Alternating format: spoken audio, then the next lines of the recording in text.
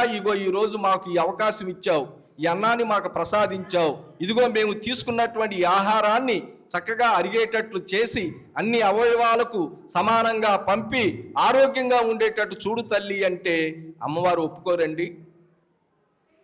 మనం ఏం చేస్తున్నాం? కంచాల్లో పెట్టుకుంటున్నాం, నుంచుని తింటున్నాం, నడుస్తూ తింటున్నాం, మంచం మీద పెట్టుకుని తింటున్నాం. అన్నాన్ని కోపం రాదు మరి? అంత పవిత్రమైనటువంటి అన్నం పరబ్రహ్మ స్వరూపం అన్నారు కదా, అటువంటి పరబ్రహ్మ స్వరూపాన్ని మన ఇష్టం వచ్చినట్లుగా భుజిస్తే దాని కోపం రాదు. అందుకనే శాస్త్రాలు అనేక విషయాలు మనకు చెప్పారు, వాళ్ళ పెద్దలు అనేక ప్రవచనాలు చేస్తున్నారు. మనమేం చేస్తున్నామంటే దీంట్లో ఏముందిలే, దీంట్లో ఏముందిలే, దీంట్లో ఏముందిలే అని చెప్పని అనుకుంటూ జీవితాన్ని అగమ్య గోచరంగా నడుపుకుంటూ ఉన్నాం. ఇందాక అడిగిన ప్రశ్న ఏమిటి అంటే, ఇన్ని చేస్తా ఉన్నా కూడా కష్టాలు ఎందుకు వస్తున్నాయి అమ్మ అని అమ్మని అడిగితే అమ్మ చాలా చక్కగా చెప్పారండి. అద్వైతంగా అమ్మ చెప్పినటువంటి సిద్ధాంతం మాటలు ఇంతవరకు ఏ గ్రంథంలో కూడా రాలేదు. అంత చక్కగా విపులంగా మనకు అర్థమయ్యే రీతిలో, ఆచరించే రీతిలో తను అనుభవిస్తూ మనకు చెప్పారు. నాన్న, ఇన్ని వ్రతాలు, పూజలు, దానాలు, ధర్మాలు చేసినా నాన్న, ఇవన్నీ కూడా వచ్చే కష్టాల్ని ఆపు చేయటం కోసం కాదురా, వచ్చిన కష్టాన్ని తట్టుకోవటానికి రా. కష్టాలు ఆపు చేయటం కోసం కాదంటండి, ఈ వచ్చిన కష్టాన్ని తట్టుకోవటానికి అంటండి. ఇది కావాలి మనకి. మనం చేసినటువంటి కర్మ ఏదైతే ఉందో అది అనుభవించాల్సిందే. ఆ అనుభవించే విధానంలో ఏం చేస్తారు పెద్దలు, మహాత్ములు ఆశీస్సులు మనకేమందిస్తారు? ఏదో అంటారే, పెద్దగా పోయింది చిన్నదాంతో పోతుంది అని. ఆ పడే బాధపడుతున్నామని అనుకోకుండా చేస్తారు. అంటే మనసు సమచిత్వంలోకి వెళ్తుంది. మనసేగా బాధపడేది. మనం నిద్రపోతాం, నా శరీరం ఏంటో తెలియదు, మన మనసు ఎక్కడుందో కూడా తెలియదు.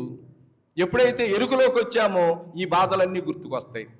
ఆ బాధలు బాధ అని అనిపించకుండా చేయటానికే ఇదిగో మనం చేసేటువంటి దాన ధర్మాలు కానీ, పూజలు కానీ, వ్రతాలు కానీ, మంచి పనులు కానీ.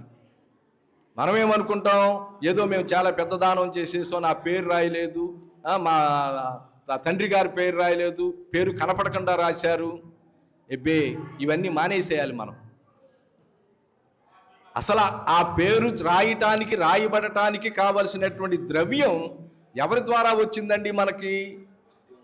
ఆ భగవంతుడు ఇస్తేనే కదా, ఆ పంచభూతాలు సహకరిస్తే కదా మనం వ్యవసాయం చేసినా, వ్యాపారం చేసినా, ఉద్యోగం చేసినా, సృష్టిలో ఉన్నటువంటి పంచభూతాలు ఏదైతే ఉన్నాయో అవి సహకరిస్తేనే ఈ 5 ఏళ్ళు లోపలికి వెళ్తున్నాయి. నా ప్రయత్నంతో, నా తెలివితేటలతో, నా యొక్క జ్ఞానంతో నేను వాళ్ళ పంట పండించానన్నా ఒక దెబ్బకు వర్షం వస్తే ఏమవుతుందండి? కాబట్టి పంచభూతాలు, ఈ పంచభూతాలు ఎవరి ఆధీనంలో ఉంటున్నాయి? ఆ సృష్టిని నడిపేవాడు ఎవడైతే ఉన్నాడో వాడి ఆధీనంలో ఉంటాయి. వాడిని పట్టుకోవాలి మనం. ఇది మనం పెద్దలు చెప్పినటువంటి 4 మాటలు, ఇదిగో అమ్మ చెప్పినటువంటి విషయాలు మీ ముందు పంచుకోవటానికి మాకు అవకాశం ఇచ్చినటువంటి ఈ చిన్నకార్లపాడు గ్రామస్తులకి, మరి శేషాద్రి గారికి అందరికీ నమస్కారాలు సమర్పిస్తూ ఇప్పుడు మనం అనసూయ వ్రతం కథలోకి వెళ్దాం. ఇక్కడేమిటి అంటే, అసలు అమ్మ అంటే ఎవరు, ఎప్పుడు పుట్టారు, అమ్మ పుట్టినప్పుడు ఏం జరిగినాయి సంఘటనలు, అమ్మ బాల్యం 5-9 సంవత్సరాల మధ్య జరిగిన సంఘటనల్ని 5 కథలుగా విభజన చేసి పెద్దలు రాశారు. ఎవరు మాట్లాడుతున్నారు అక్కడమ్మా? ఇంకా ఇవ్వపాకండి, మీరు ఆ పళ్ళాలు ఇచ్చినా కూడా ఇంటికి తీసుకెళ్ళడానికి ఉపయోగపడతాయి భోజనానికి. ఎందుకంటే 10:30 కార్యక్రమం అంటే 12 ఇంటికి వచ్చి మన పూజలో కూర్చుంటామంటే శ్రద్ధ ఉండాలి. శ్రద్ధావాన్ లభతే జ్ఞానం, ఊరికినే చెప్పారా పెద్దలు. మనం ఎంత అన్నం తినేటప్పుడు ఎంత శ్రద్ధగా ఉంటామో పూజ చేసుకునేటప్పుడు కూడా అదే శ్రద్ధగా ఉండాలి. 5-9 సంవత్సరాల మధ్యలో అమ్మ బాల్యములో జరిగినటువంటి సంఘటనల్ని 5 కథలుగా విభజించి ఈ వ్రతకల్పాన్ని వ్రాశారు. ఒకసారి అమ్మ దగ్గరికి ఒక అక్కయ్య గారు వచ్చి, అమ్మ నేను చాలా కష్టాల్లో ఉన్నాను, మీ సమక్షంలో సత్యనారాయణ స్వామి వ్రతం చేసుకుంటాను, అనుగ్రహిస్తారా అని చెప్పని అడిగింది. ఒక అక్కయ్య గారు వచ్చి, జిల్లెలమూడిలో మీరు వినే ఉంటారు, మగవాళ్ళని అన్నయ్య గారు, ఆడవాళ్ళని అక్కయ్య గారు అంటాం. ఇది అమ్మే పెట్టారు. అంటే ఏంటంటే ఆ సోదర భావం. అక్కడ అక్కయ్య గారు అన్నయ్య గారు అంటే కోపాలు ఎందుకు వస్తాయండి? యారా ఊరే అంటే కోపాలు వస్తాయి, కానీ అక్కయ్య గారు అన్నయ్య గారు అంటే కోపాలు ఎందుకు వస్తాయి? అందుట్లో తల్లికి అందరూ బిడ్డలే కాబట్టి మనందరం కూడా సోదరీమణులు సోదరులుగానే భావన చెయ్యాలని. అక్కడ ఉన్నటువంటి రాధాకృష్ణారెడ్డి గారని గుడ్డివాడు అతను, అమ్మ భక్తుడు, పరమ భక్తుడు. ఆయన ఏమంటాడంటే అమ్మ సమక్షంలోనే కొండముది రామకృష్ణ గారు అని చెప్పి ఒక ఆంతరంగిక కార్యదర్శి అమ్మకు. ఆయన మనం ఏదైనా చెప్పాలంటే వారికి చెప్తే వారు అమ్మకు చెప్తారు, అమ్మ వారికి చెప్తే మనకు చెప్తారు. అటువంటి రామకృష్ణ అన్నయ్య గారు కూడా అమ్మ దగ్గర కూర్చునే ఉంటారు. ఆ రాధాకృష్ణ రెడ్డి గారు అంటారు, రామకృష్ణ సత్యనారాయణ స్వామి వ్రతం ఏంటి, అమ్మ వ్రతమే చేయించు అని చెప్పిన ఒక ఆజ్ఞలే ఇస్తాడు. అమ్మాయి కాపేసే మీకు ఎవరికి వెళ్ళిపో. సత్యనారాయణ స్వాతం ఏంటి, అమ్మ వ్రతమే చేయించు అని చెప్పిన. అప్పటి వరకు అమ్మ యొక్క విధానం లేదు అసలు ఈ వ్రతాల్లో. ఎప్పుడైతే ఆ రాధాకృష్ణరెడ్డి గారు చెప్పారో, ఈ కొండముది రామకృష్ణ గారు అప్పటికప్పుడు 5 అధ్యాయాలు సృష్టించి అమ్మ బాల్యంలో జరిగిన సంఘటనలన్నీ కూడా కథల రూపంలో కూర్పి మనకి అనసూయ వ్రతం అనేటువంటి వ్రతకల్పాన్ని అందించారు. అటువంటి వ్రతాన్ని మనం ఈరోజు ఆచరిస్తున్నాం. ఇక్కడ 1923లో అమ్మవారి యొక్క జననం జరిగింది. 1973వ సంవత్సరం 50 సంవత్సరాలు వచ్చినాయి అమ్మకి. ఈ కమిటీ సభ్యులందరూ వెళ్ళి, అమ్మ మీకు 50 సంవత్సరాలు వచ్చినాయి కదా, మీకు స్వర్ణోత్సవం చేస్తాము, ఏదన్నా చిన్న కోరికుంటే కోరుకోమని సరదాగా అడుగుతారు కమిటీ సభ్యులు. అమ్మేమంటారంటే, నా కమిటీ సభ్యులు కాదురా, కమిటెడ్ సభ్యులు కావాలంటుంది. కమిటీ మెంబర్స్ కాదంటండి, కమిటెడ్ మెంబర్స్. వాళ్ళ శేషాద్రి ఆయన ఉద్యోగం చేసుకుంటా ఉన్నా కూడా అమ్మ దగ్గర చదువుకున్నాడు కాబట్టి ఆ కమిట్మెంట్ చూపించే, ఇదిగో మీ అందరిని ఇక్కడ సమావేశపరిచి అమ్మ యొక్క వ్రతాన్ని చేపించేటువంటి బాధ్యత తీసుకున్నాడు. ఆయన కమిటీలో సభ్యుడు కాదుగా, కానీ కమిట్మెంట్. అట్లా అమ్మని అడిగితే నాకేం కోరికలు ఉంటాయి నాన్న అని అంటే, కాదమ్మా అని వీళ్ళేదో సరదాగా అడిగితే అప్పుడు అమ్మ చెబుతారండి, కోరిక నాన్న మీరు ఇంత అడుగుతున్నారు కాబట్టి ఒకేసారి 1,00,000 మంది భోంచేస్తే చూడాలని ఉంది నాన్న అని చెప్పి కోరుకుంటుంది. ఒకే రోజు కాదండి, ఒకేసారి 1,00,000 మంది. ఇది ఎక్కడ సాధ్యం అవుతుందండి 1,00,000 మంది? ఎప్పుడండి? 1973లో. ఎటువంటి రవాణా సౌకర్యాలు లేవు, ఎటువంటి వాహన సౌకర్యాలు లేవు, ఎటువంటి కరెంటు సౌకర్యాలు లేవు, ఎటువంటి నీటి సౌకర్యాలు లేవు, ఎటువంటి రోడ్డు సౌకర్యాలు లేవు. ఆ రోజున జిల్లెలమూడి జనాభా 600 మందో 700 మందో. 1,00,000 మంది ఎక్కడి నుంచి వస్తారు? ఇది జరిగే కోరికేనా? కానీ అమ్మ అంత క్రితం ఒక మాట చెప్తారు సందర్భంలో, ఇది తోలు నోరు కాదురా తాలు మాట రావటానికి, ఇది తోలు నోరు కాదురా తాలు మాట రావటానికి. మీ రైతులకు తెలుసు, ఇక్కడ కుప్ప నూర్చేటప్పుడు అట్లా జల్లిస్తారు కదా, ఆ గాలికి ఏమవుతాయి, పనికిరాని తప్పాతాలంతా కూడా కొట్టుకుపోతుంది, మంచిదంతా కిందకు దిగుతుంది. కాబట్టి అమ్మ నోట్లోంచి వచ్చినటువంటి ప్రతి మాట కూడా దానికి ఒక విశిష్టత ఉంటుంది. కానీ మనవి తోలు నోర్లు, ఎందుకంటే చెప్పింది ఏది చేయం కాబట్టి. అప్పుడు వాళ్ళు ఏమంటారంటే, అమ్మ మీ నోట్లోంచే 1,00,000 అనే పదం వచ్చింది కదా, కాబట్టి ఇది సిద్ధిస్తుంది, మాకు దిశానిర్దేశం చేయమంటే ఒకరోజు జిల్లెలమూడి మహాపుణ్యక్షేత్రంలో ఆ పొలాల్లో తాటాకు పందులు వేసి 1,00,000 మంది కాదండి 1,25,000 మంది వచ్చి అమ్మ భోజనం ప్రసాదాన్ని తీసుకున్నారు. అట్లా 1958లో అమ్మ వచ్చిన వారందరికీ భోజనం పెడతాం ప్రారంభం చేశారు. 58లోనండి. ఇప్పటికి 66 సంవత్సరాలు. ఒక్కరోజు కాదు, ఒక్క పూట కూడా ఆ గాడిపోయి ఆరల. వందల వేల లక్షల సంఖ్యలో కోట్ల సంఖ్యలో భోంచేసినటువంటి మహాపుణ్యక్షేత్రం జిల్లెలమూడి. ఆ జిల్లెలమూడి అమ్మవారి యొక్క వ్రతాన్ని మనం ఈరోజు జరుపుకుంటూ ఉన్నాం. ఇట్లా చెప్పుకుంటూ వెళ్తే ఇక వ్రతంలోకి వెళ్ళం మనం. ఎందుకంటే అనేకమైనటువంటి అనుభవాలు, అనేకమైనటువంటి సందర్భాలు, అనేకమైనటువంటి సందేశాలు అమ్మ నోటి ద్వారా ఈ లోకానికి అందించారు. మధ్య మధ్యలో కొన్ని విషయాలు చెప్పుకుందాం. ఇప్పుడు ఈ వ్రతకల్పంలోకి వెళదాం. ఆచార్యులు గారు సంకల్పం చెప్పిస్తారు. సంకల్పం పూర్వోక్తేవంగన విశేషేణ విశిష్టాయాం శుభతిథౌ పూర్వసంకల్ప ప్రకారేణ సామూహిక అనసూయా వ్రతాఖ్యం కర్మ కరిష్యే. అందరూ కూడా గ్లాసులో ఉన్న నీళ్లు తాకాలి, ఉంగరం వేలుతో నీళ్ళు తాకాలి. ఉదంగ కలుషారాధనం కరిష్యే. 1వ అధ్యాయం. అక్షతలు తీసుకోండి, అందరూ కూడా అక్షతలు తీసుకోండి అమ్మా. 2 అక్షతలు తీసుకోండి. అమ్మవారి మొదటి అధ్యాయం చదువుతారు.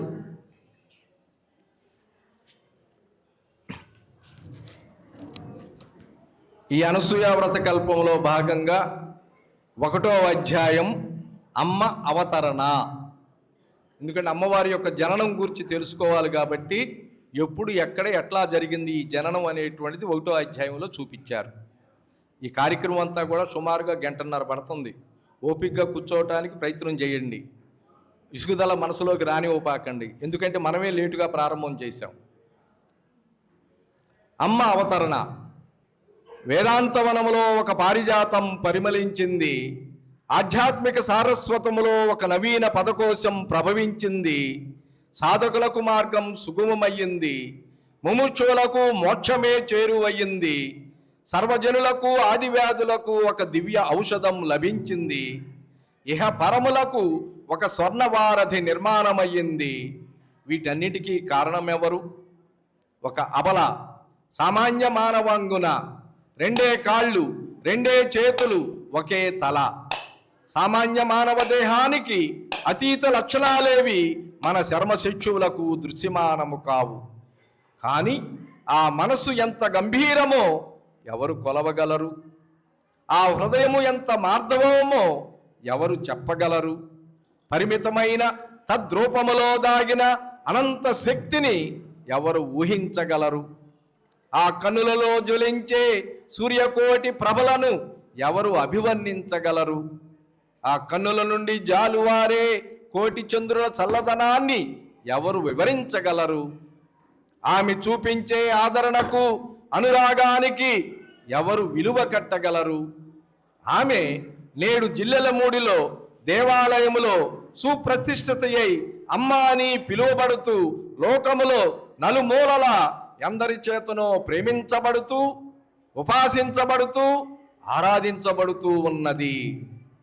ఆ అమ్మ 1923 మార్చి 28వ తేదీ రుద్రోద్గారి చైత్రశుద్ధ ఏకాదశి బుధవారం అరుణోదయ కాలములో దక్షిణ భారతదేశములోని ఆంధ్రప్రదేశ్లో గుంటూరు జిల్లా మన్నవ గ్రామములో చెన్నకేశ్వర స్వామి ఆలయములో జేగంటలు మ్రోగుతుండగా, పక్షులు ప్రపంచానికి మేలుకొలుపులు పాడుతుండగా, జగతి చీకటి ముసుగు కప్పుకొని కాంతులు ప్రసవించటానికి నొప్పులు పడుతుండగా, మందమలయా నిలాలు ఉపచారము సలుపుతుండగా, దేవాలయము నుండి బయలుదేరిన మంగళ వాద్యాలు లోకానికి శుభ సందేశము ఇస్తుండగా, ఒక సామాన్య గృహాన ఒక సాధారణమైన ఆడపిల్లయై అమ్మ ఆవిర్భవించింది.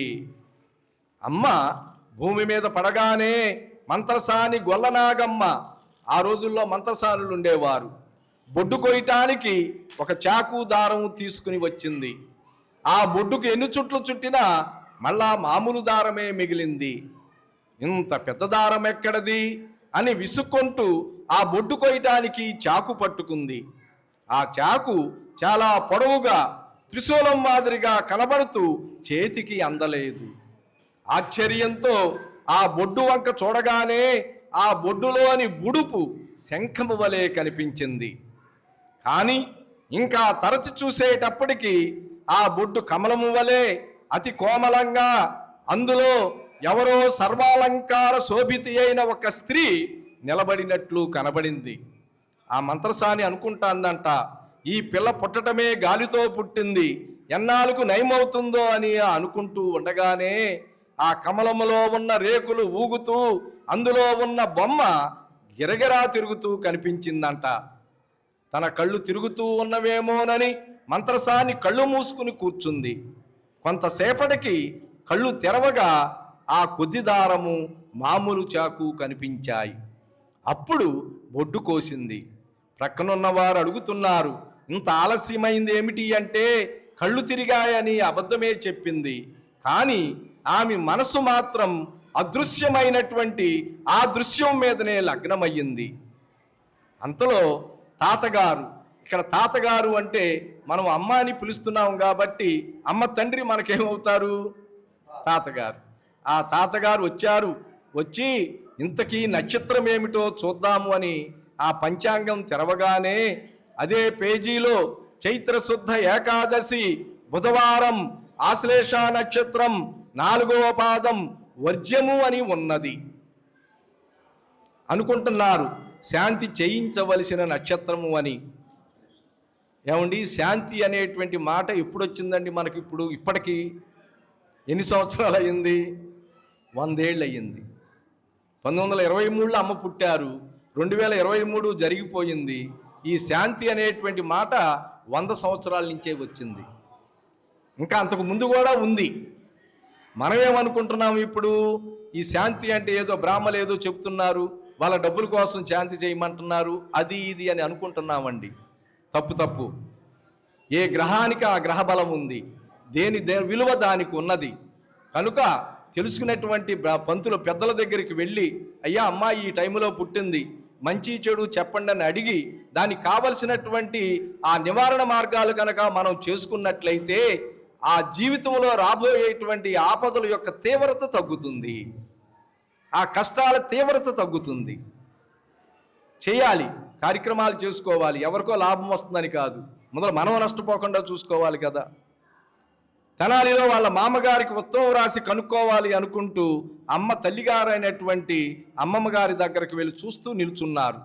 ఆ అమ్మమ్మ గారు కళ్ళు మూసుకుని పడుకుంది. పాపం ఆమె మనసులో ఏదో ఒక బరువైనది, తనకు మించినది ప్రక్కలో ఉన్నట్లు తోచి భర్తగారు వస్తే బాగుంటుందని అనుకుంది. ఈ సంగతి వారికి చెప్పుకుందామని కళ్ళు తెరవగానే ఆ తాతగారు ఎదుటే నిల్చున్నారు. ఉభయులకు ఒకేసారి కన్నీళ్లు వచ్చాయి. అమ్మమ్మ తాతగారిని పిల్లను చూడమన్నట్లుగా తల ఊపింది. అదే సమయంలో అమ్మ కదిలి ఒకసారి తాతగారు వైపు, ఒకసారి అమ్మ వైపు తల త్రిప్పి చూసింది. అమ్మకు ప్రీతి స్నానం చేయించేందుకు ఆ గ్రామంలో ఉన్న 500 ఇళ్లకు చెప్పి వస్తే అనుకోకుండా 108 మంది 108 బిందెల నీళ్లు తెచ్చారు. ఆ 108 బిందెలలో 108 చెంబులు నీళ్లు తీసి అమ్మకు స్నానం చేయించారు. 27వ రోజున బారసాల, హోమశాంతి, సకల దానాలతో నవగ్రహ జపాలతో ఆ శాంతి కార్యక్రమం పూర్తయింది. ఆశ్లేష నక్షత్రము కనుక ఏ పేరు పెడితే బాగుంటుంది అని అందరూ ఆలోచించి నిర్ణయించిన పేరు తాతగారు అనుకోకుండా ఆ కుంకుమ పళ్ళెంలో రాశారు. ఆ నామకరణం జరిపిన సుముహూర్త బలమో, ఆ అక్షరాలలోని పవిత్రతా బలమో, ఆకర్షణో మరేమిటో నేడు యావత్ జగతికి ఆ అక్షరాలు శిరస్మరణీయమైనాయి. ఆ అక్షరాలు మంత్రమై మననీయమైనాయి, మధురమై అమృతోపానమైనాయి. ఆ అదృష్టవంతమైన అక్షరాలు అనసూయ. అమ్మవారి యొక్క పేరేంటండి? పెద్దలు పెట్టింది అనసూయ. అనసూయ అంటే ఏంటమ్మా అని అడిగారు అమ్మనే. అసూయ లేనిది అనసూయ నాన్న. అసూయ మనకుందా లేదా? ఇప్పుడు అందరం ఒప్పుకుందాం, కొద్దో గొప్ప అందరి మనసుల్లోనే ఉంటుంది. వాడు అట్ట ఎదిగాడు, వాడు బాగా చదివాడు, వాడికి మార్కులు వచ్చినాయి, వాడికి ఉద్యోగం వచ్చింది, వాడి మంచి పట్టు చీర కట్టింది, మంచి నగలు పెట్టుకున్నారు. భావమే అసూయ. అసూయ ఉంటేనే ఆ భావం వస్తుంది. కాబట్టి ఆ అసూయని పారద్రోలటానికే ఒక మాతృతత్వాన్ని తీసుకుని ఈ అవనీ స్థలంపై అవతరించినటువంటి తల్లి మాతృశ్రీ అనసూయ మహాదేవి. ఆ అదృష్టవంతమైన అక్షరాలు అనసూయ. జగజ్జనని శ్రీ అనసూయామాతకు, రాజరాజేశ్వరి శ్రీ అనసూయామాతకు, అన్నపూర్ణేశ్వరి శ్రీ అనసూయామాతకు, అఖిలాండేశ్వరి శ్రీ అనసూయామాతకు. ఆ తాతగారు అమ్మమ్మ అనుకుంటున్నారంట తల్లిదండ్రులు, మన అమ్మ పేరిట శిరస్థాయిగా జైలు పలుకుతూ ఉండాలని అనుకున్నారంట వాళ్ళు. అమ్మమ్మ ఎవరికి వారు అమ్మ పేరు ఎప్పుడు ఇలాగే ప్రతిధ్వనిస్తే బాగుంటుందని అనుకున్నారు. ఆ పుణ్య దంపతుల ఆశయం నెరవేరడానికి ఎంతో కాలం అవసరం లేకపోయింది. మరి వారి సంకల్ప బలం అటువంటిది. కాకపోతే జగజ్జననీకే జననీ జనకులయ్యే పరమ అదృష్టం మహాభాగ్యం వారికి ఎట్లా కలుగుతుంది? జై హో మాత. ఇది మొదటి అధ్యాయం. నానావిధపరమలపత్ర పుష్పాక్షదాని సమర్పయామి రూపమాగ్రాపయామి మదత్పత్రిభవేదితే నానావిధేకృతిలః ప్రియత్రమదేవానాం రూపోజం ప్రతిరుప్యత రూపమాగ్రాపయామి సాక్షాత్ ప్రత్యక్షదీపం దర్శయామి ధూపదీపానంతరం వృద్ధాచమనీయం సమర్పయామి. ఓం ఒక అరటి పండు నివేదన పెట్టండి. మీ దగ్గర ఉన్నటువంటి ఒక అరటి పండు నివేదన చేయండి. అమృతమస్తో అమృతోపస్త్రణమసి శ్రీ అనసూయ మహాదేవ్యే నమో నమః. అవసరార్థనారికేల కదలీ ఫలాన్ని నివేదయామి. ఓం ప్రాణాలి స్వాహ, అపానాలి స్వాహ, జ్ఞానాలి స్వాహ, ఉదానాలి స్వాహ, సమానాలి స్వాహ, బ్రహ్మణే స్వాహ. మధ్యే మధ్యే వామయం సమర్పయామి. హస్తో ప్రక్షాళయాం, పాదో ప్రక్షాళయాం, ఉత్తరాభూమిం సమర్పయామి. కే శుద్ధ ఆగమనయం సమర్పయామి. తాంబూలం తాకండి. ఉత్కారం సమాలిప్తం తాంబూలం ప్రతిరుక్యతాం. తాంబూలం సమర్పయామి. తాంబూలచరణానంతరం శుద్ధ ఆగమనయం సమర్పయామి. నీరాజనం. ఓం సంప్రారం చ విరాజం చ నిష్ఠేర్యాదనో గృహే లక్ష్మీరాస్తయాం చేతయామాచకోద్రుజామతి హిరణ్యపాత్రం మదో పూర్ణం దధాతి మధవ్యాదానీతి ఏకదా బ్రహ్మణోపహరతి ఏకదైవైరమాణ ఆజస్థేరో దదాతి. ఆనందకర్పూరమంగళ నీరాజనం దర్శయామి. అనసూయే జగన్మాతః అర్కగ్రామ నివాసిని శ్రీమన్నాగేశ దయతే తుభ్యం దేవ్యస్తు మంగళం. ఆనందకర్పూరమంగళ నీరాజనం దర్శయామి. నమస్కరోమి. పార్వతీపతయే హర హర మహాదేవ హర. మాతృశ్రీ అనసూయ మహాదేవికి. అందరూ కూడా అక్షతలు తీసుకోండి. ఓం జగదంబాలే చ విద్మహే నాగేశ పత్ని చ ధీమహి తన్నో అనసూయ ప్రచోదయాత్. శ్రీ అనసూయ మహాదేవ్యై నమో నమః. పాదారవిందయోః వేదోక్త దివ్య సువర్ణ మంత్రపుష్పాంజలిం సమర్పయామి. సర్వోపచార పూజాని సమర్పయామి. మళ్ళీ అక్షతలు తీసుకోండి. 2వ అధ్యాయము. ఈ వ్రతకల్పములో 2వ అధ్యాయాన్ని ఇప్పుడు మీకు చదివి వినిపిస్తున్నటువంటి ఈ విద్యార్థి ఆచార్య అంటాం మేము. ఇతను కూడా అమ్మ స్థాపించినటువంటి మాతృశ్రీ ఓరియంటల్ కళాశాలలో చదువుకుని చక్కగా బ్రహ్మాండమైనటువంటి ఉద్యోగం చేసుకుంటూ జీవితాన్ని హాయిగా గడుపుతున్నటువంటి పూర్వ విద్యార్థి అమ్మ యొక్క వ్రతకల్పంలో 2వ అధ్యాయాన్ని చదువుతాడు.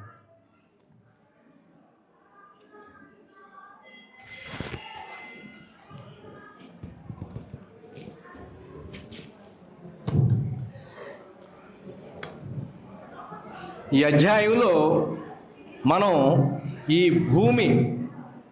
భూమాత అంటాం కదా. ఇక్కడ ఈ భూమిని నిజంగా మనం కొలుస్తున్నామా, ప్రార్థిస్తున్నామా? 5 సంవత్సరాల వయసులో అమ్మ ఈ భూమి గురించి చక్కటి విశ్లేషణ చేశారు. మనం బిల్డింగులు కడటానికి అనేక గోతులు తీస్తున్నాం, ఫ్యాక్టరీలు కడటానికి ఎంతో తాడి చెట్టు లోపల వరకు వెళ్తున్నారు, ఎన్నో లోపల అగ్ని పర్వతాలు ఉన్నాయి. ఇవన్నీ కూడా సహిస్తూ ఆ భూమి మనకు సహాయం చేస్తూ ఉంది కదా. అటువంటి భూమికి మనం ఎట్లా నమస్కారం చెయ్యాలో, ఆ భూమి యొక్క స్వభావం ఏమిటో ఈ 2వ అధ్యాయంలో అమ్మకు 5 ఏళ్ల ప్రాయములో ఉన్నటువంటి ఆ భావాన్ని మనం విందాం.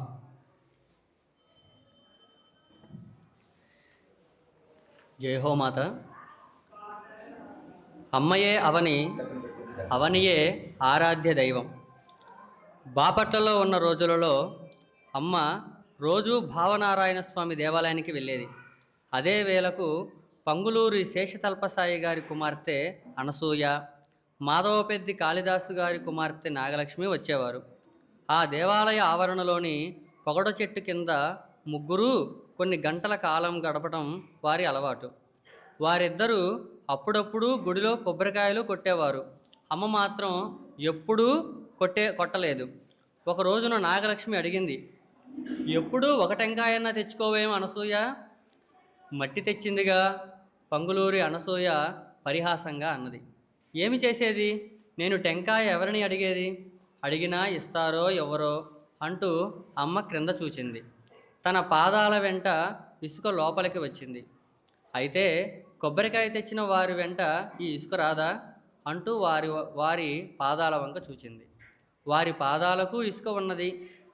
అసలు పాదాలకు ఇసుక కానీ మట్టి కానీ ఎందుకు అవుతుంది అని వారిని అమ్మ అడిగింది. నేల మీద నడుస్తాం కనుక అన్నారు వారు. నేలపై నడవని వారెవరైనా ఉంటారా అని అమ్మ అడుగుతూ ఉండగా అందరూ కలిసి దేవాలయ ప్రాంగణం దాటి వచ్చారు. మనుషులు అధిక భాగం నేలపైన నడుస్తున్నారు. ఏ కొందరో కార్లలోనో సైకిళ్ళపైనో వెళుతున్నా అవి నేలపైన నడుస్తున్నాయి. పశువులన్నీ నేలపైన నడుస్తున్నాయి.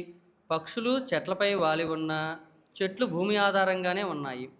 వాటి అన్నింటినీ గురించి వారికి వివరిస్తూ అమ్మ లోపలికి వచ్చి కొన్ని పూలు తులసి దళాలు కోసుకొని దేవాలయంలోనికి వెళ్ళింది. అర్చకుడు అన్యకార్య నిమగ్నుడై ఉన్నందున తెచ్చిన పూలు దళాలు నేల మీద పెట్టి అమ్మ మౌనంగా నిలుచున్నది. అర్చకుడు చూచి, అయ్యో అయ్యో కింద పెడతావేం? తప్పు కాదు, అమ్మవారి పూలు కింద పెట్టవచ్చునా అన్నాడు. చెట్టు కిందనే మొలిచింది కదా అని కిందనే పెట్టాను. తప్పు అని తెలియదు. అయితే చెట్టు కింద మొలవడం కూడా తప్పేనా అని అమ్మ అడిగింది. ఆ ప్రశ్నకు ఆ అర్చకుడు సమాధానం చెప్పేవాడో చెప్పలేనివాడో కానీ అంతలో చాలామంది దైవదర్శనానికి రావడంతో అర్చకుడికి ఆ పరీక్ష తప్పింది. స్నేహితురాండ్రు ముగ్గురు బయటకు వచ్చి మండపంలో కూర్చున్నారు. వారిద్దరూ అమ్మకు ఒక కొబ్బరి చిప్ప ఇచ్చారు. అమ్మ ఆ చిప్పను ముక్కలు ముక్కలు చేసి చూశారు, ఒకటే అనేకమైంది అన్నది. అవును అన్నారు వారిద్దరు. వారికి అందులో విశేషమేమీ కనిపించలేదు. అమ్మ కూడా ఆనాడు వారికి అంతకంటే వివరించి చెప్పనూ లేదు. ఇక్కడ అమ్మ తత్వాన్ని మనం గ్రహించాలి. ఒకటే అనేకమైంది నాన్న. మనమేంటో కొబ్బరి చెప్ప దేవాలయంలోకి వెళ్ళి కొట్టి బయటకు వచ్చేసి ముక్కలు చేసుకుని తినేస్తాం. అమ్మ తీరు 5 సంవత్సరాల్లోనే ఉన్నది ఒకటే. ఆ ఒకటే అనేకమైంది నాన్న. ఆ ఇచ్చిన చిప్ప ఒకటే, పగలగొట్టేటప్పటికి ఏమైందండి? అనేకమైంది. ఆ మాటే వాళ్ళకి చెప్పింది. దాంట్లో వాళ్ళేం సారస్వతాన్ని గ్రహించలా. అంతకన్నా అమ్మ కూడా ఎక్కువ చెప్పలేదు ఆ రోజున. అయితే మనం గ్రహించాలి, ఉన్నది ఒకటే, ఆ ఒకటే ఇన్నిటిగా వచ్చింది. అమ్మని అడుగుతారు, అమ్మ ఇంతమంది దేవుళ్ళు ఉన్నారు, దేవతలు ఉన్నారు, రాముడు అంటారు, కృష్ణుడు అంటారు, సాయి అంటారు, బాబా అంటారు, మరి సుబ్రహ్మణ్యం అంటారు, వినాయకుడు అంటారు, వెంకటేశ్వర స్వామి అంటారు, లక్ష్మి అంటారు, పార్వతి అంటారు, ఆంజనేయ స్వామి అంటారు. అసలు ఎందుకమ్మా ఇంతమంది దేవుళ్ళు? మేము ఎవరిని పూజించాలి? మనం ఏం చేస్తున్నాం? ఒకళ్ళని పూజించి ఒకళ్ళు పూజించకపోతే కోపం వస్తుందని అందరి దేవుళ్ళని తీసుకొచ్చి గుళ్ళో పెడుతున్నాం. అవునా కాదా? లక్ష్మిని పూజిస్తే సరస్వతికి కోపం వస్తుందో, సరస్వతిని పూజిస్తే ధనం రాదేమో లక్ష్మి దగ్గర నుంచి. ఇదే మాట అమ్మని అడిగారు. దేవుడంటే ఎవరమ్మా అని అడిగారు. ఒకే మాట చెప్పారమ్మ, దేవులాడినా దొరకని వాడే దేవుడు నాన్న.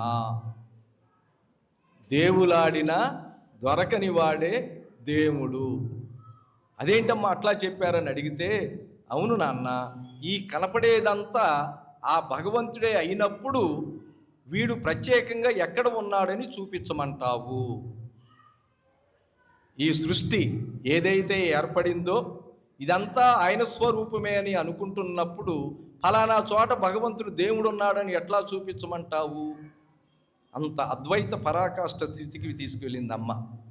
కాబట్టి కనపడేదంతా దైవ స్వరూపమే అనుకుంటే ఎవరిని పోట్లాడుకోము, ఎవరితో కొట్లాడుకోము. అయితే ఆ భావంలో నిలబడలేకపోతున్నాం.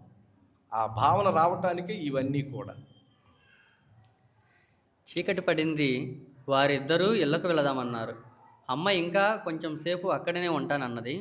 వారు వెళ్ళిపోయారు. కొబ్బరికాయ అంటే ఏమిటి? కొబ్బరికాయ ఎందుకు కొట్టాలి? అమ్మ ఆ మండపంలో కూర్చొని గుళ్ళోకి వచ్చే ప్రతి మనిషిని అడిగింది. కుంటి ప్రశ్న, గుడ్డి ప్రశ్న అనుకుంటూ అందరూ వెళ్ళిపోయారు. ఏ ఒక్కరూ నిలబడి సమాధానం చెప్పకపోయినా కనీసం అందుకు ప్రయత్నమైనా చేయలేదు. ఆ రాత్రి ఆ ఆవరణలో స్థానాచార్యులు గారు రామాయణం పురాణం చెప్పారు. అందులో అంతా ధర్మ ప్రబోధమే. పురాణ ప్రవచనం సమాప్తం కాగానే అమ్మ ఆచార్యుల వారి వద్దకు వెళ్ళింది. ఆచార్యులు గారు, అతను, ఏమమ్మా, ధర్మం అంటే ఏమిటి? చేసేది ధర్మమా? చెప్పేది ధర్మమా? చూచేది ధర్మమా? అసలు ధర్మం అంటే ఏమిటి? అమ్మ గబగబా అడిగేసింది. చిన్నపిల్లవు, నీకెందుకమ్మా ఈ ప్రశ్నలు అంటూ శ్రోతలు పలికే ప్రశంసా వాక్యాల శ్రవణంతో తన్మయమవుతూ ముందుకు సాగిపోయారు.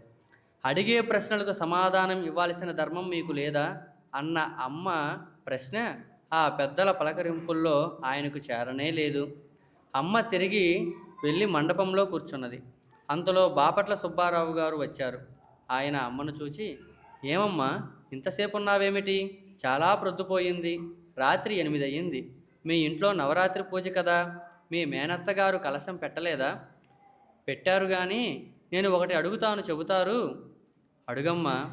ఇద్దరం కలిసి పొగడ చెట్టు కింద కూర్చుందాం పదండి అని ఇద్దరూ వెళ్ళి చెట్టు కింద కూర్చున్న తర్వాత అమ్మే ప్రారంభించింది. దేవునికి పూజ చేసే పసుపు, కుంకుమ, దేవునికి పెట్టే సొమ్ములు, కట్టిన గొడ్డలు, పెట్టే నివేదనలు, పాత్రలు, ఈ పళ్ళాలు, వీటి పుట్టుక ఎక్కడా, తయారెక్కడా? పసుపు భూమి నుండే. కుంకుమ అంటే పసుపుతో తయారైనదే కాబట్టి కుంకుమ భూమి నుండే. సొమ్ములంటే వెండి బంగారాలే కదా, అవి భూమి నుండే. గొడ్డలు నూలు నుండి, నూలు పత్తి నుండి, పత్తి భూమి నుండి. నివేదనలంటే అన్నం, కూరలు, కాయలు, పండ్లు అన్నీ భూమి నుండే. ఇక పాత్రలు పళ్ళాలంటావా, అన్నీ లోహాలు భూమి నుండేనమ్మా అన్నారు సుబ్బారావు గారు. ఇంతకు ఆ పూజ చేయించుకునే దేవుడు ఎక్కడ పుట్టాడు అన్నది అమ్మ. గుళ్ళో ఉన్న విగ్రహాల? సుబ్బారావు గారికి సందేహం కలిగింది. విగ్రహాలంటే దేవుడు కాదా అన్నది అమ్మ. కాకేం దేవుడే. సుబ్బారావు గారు నసిగారు. మరి నేను దేవుడు అంటే గుళ్ళో ఉన్న విగ్రహాలా అంటారేం అన్నది అమ్మ. చిన్నపిల్లవు, నీకెందుకు ఈ దేవుడు దెయ్యాలు? వెళ్ళు ఇంటికి అంటూ సుబ్బారావు గారు ఇంటికి వెళ్ళిన తర్వాత అమ్మ తిరిగి దేవాలయానికి వచ్చి తిన్నగా గర్భాలయంలోకి వెళ్ళి ఒక మూల నిలుచున్నది. అర్చకుడు అమ్మను చూడక తలుపులు వేసి వెళ్ళిపోయాడు. అమ్మ రాజ్యలక్ష్మి అమ్మవారి విగ్రహం దగ్గరకు వెళ్ళి, ఆయన దేవుడంటే విగ్రహాలా అన్నాడే, దేవుడు వేరు విగ్రహాలు వేరా? విగ్రహాలే దేవుడా అని ఆలోచించుకుంటూ విగ్రహం కళ్ళకు పెట్టిన డెప్పలను లాగివేసి కన్నుల కోసం చూసింది. కనిపించలేదు. కట్టిన గొడ్డలు విప్పదీసింది. రాయి మాత్రం మిగిలింది. రాతికి పూసిన రంగులు చేతికి జిడ్డుగా తగిలాయి. అమ్మ పిలిచింది, రాయి పలకలేదు. కదిలించింది, కదలలేదు. అమ్మవారు అన్నీ ఉన్నప్పుడు ఒక రకం, తీసినప్పుడు ఇంకొక రకం. ఈ అలంకారమైన దేవుడంటే అని అమ్మ తనలో తానే అనుకుంటూ, ఈ సొమ్ములు చేసినవాడు దేవుడా, ఈ చీర దేవుడా, ఈ రాయి చెక్కిన వాడు దేవుడా, వీటన్నింటినీ దేవుడు అనుకున్నవాడు దేవుడా, అసలు ఈ పదార్థాలన్నీ ఇచ్చిన భూమి దేవుడా, ఈ భూమిని కూడా ఎందుకు పూజ చేయకూడదు? భూమి అన్నింటికీ ఆధారం కదా అని తనలో తానే ప్రశ్నించుకున్నట్లు అమాయకమైన ఈ లోకాన్ని, ప్రజల మూఢత్వాన్ని ప్రశ్నిస్తూ ఒక మూలన ఉన్న మట్టిలో గుప్పెడు చేతికి తీసుకొని ఆ మట్టి వంక తదేకంగా చూస్తూ, అమ్మా, నీలో పుట్టి, నీలో పెరిగి, నీలో లయమయ్యే వస్తువులన్నింటికీ పూజ చేస్తూ నిన్ను గుర్తించనివ్వకుండా చేస్తున్నావా? దున్నినా తన్నినా సహిస్తున్నావు. మంచి చెడు విభేదం లేకుండా అన్నింటినీ భరిస్తున్నావు. నీ గుండెలో ఎన్ని అగ్నిపర్వతాలున్నాయో వాటిని నీలోనే దాచుకొని పైకి నిశ్చలంగా కనిపిస్తూ ఈ సర్వ జగత్తుకు ఆహారం ఇచ్చి పోషిస్తున్నావు. కొందరు మూర్ఖులు నీ కోసం దారుణ మారణ హోమాలు చేసి నీ అణుగు బిడ్డల కుత్తుకలు కోసిన, నీ రమణీయ శరీరం రక్తసిక్తం చేసిన, నీ గుండెను గొడ్డలితో వ్రయలు చేసిన ఈషన్ మాత్రము చలించవు. వారిని నిరసించవు, వారిని నిందించవు, వారిని దండించవు. పైగా ఆ దుర్మార్గులకు నీ చల్లని ఒడిలో స్థానమిచ్చి సేదదీర్చి అమ్మలో ఆవేశము, ఆవేదన పొంగిపోయాయి. కొంచెం సేపు మౌనంగా భూమి వంక చూస్తూ, ఎందుకమ్మా నీకు ఈ సహనం? ఎవరు గుర్తిస్తారు నీ ఔదార్యం? నీ హృదయం ఎవరికి అర్థమవుతుంది? అవును, ఎవరి కోసమూ కాదు, ఎవరి ప్రశంసల కోసమూ కాదు. అది నీ గుణం, అది నీ ధర్మం, అది నీ మహోత్తమ మహోదార విశిష్ట విశాల వినిర్మల హృదయ స్వభావం. ఆ హృదయంలో నిరంతరం అంతర్వాహిని అయి సముత్తుంగ తరంగితమై ప్రవహించే మధుర మధుర మమతామృత స్రవంతి ప్రభావం అంటూ సానుభూతితో నిండిన హృదయంతో అమ్మ నేలపై సాష్టాంగపడి కౌగిలికందని భూమిని కౌగిలిలో ఇముడ్చుకోవాలని తన గుండెలను తన బాహులతోనే గట్టిగా బంధించుకొని అన్నది.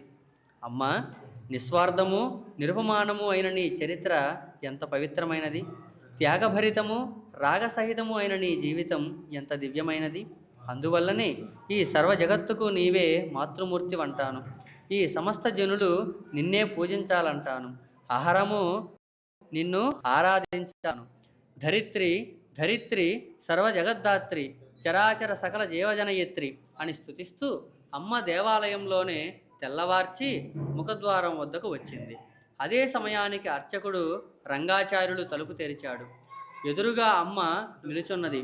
తేజోవిలసితము రమణీయము ప్రశాంత సుందరము ప్రసన్న దరహాస భాసురము అయిన ఆ మూర్తితో పాటు అనంత కాంతి వెల్లువ అతని హృదయాన్ని నింపివేసింది. క్షణంలో తాను నిత్యము ఆరాధించే రాజ్యలక్ష్మి అమ్మవారు తనను కరుణించి సాక్షాత్కరించిందని భావించాడు. ఆ అద్భుత దృశ్య వీక్షణతోనూ అపూర్వ భావావేశంతోనూ అప్రతిభుడైపోయాడు. విద్యుద్గాంత తగిలినట్టు మేను పులకించింది. శరీరం మీద అధికారం కోల్పోయి మంత్రముగ్ధుని వలె సోలిపోయి అమ్మ పాదాలపై వాలిపోయాడు. అమ్మ తన మృదుకరంతో అతని శీర్షోపరిభాగాన్ని ఒక్కసారి స్పృశించింది. అంతే, అతడు ఏ లోకానికి వెళ్ళాడో, ఏ ఆనంద రసార్ణవపు లోతులను పరిశోధిస్తున్నాడో. జయహో మాత.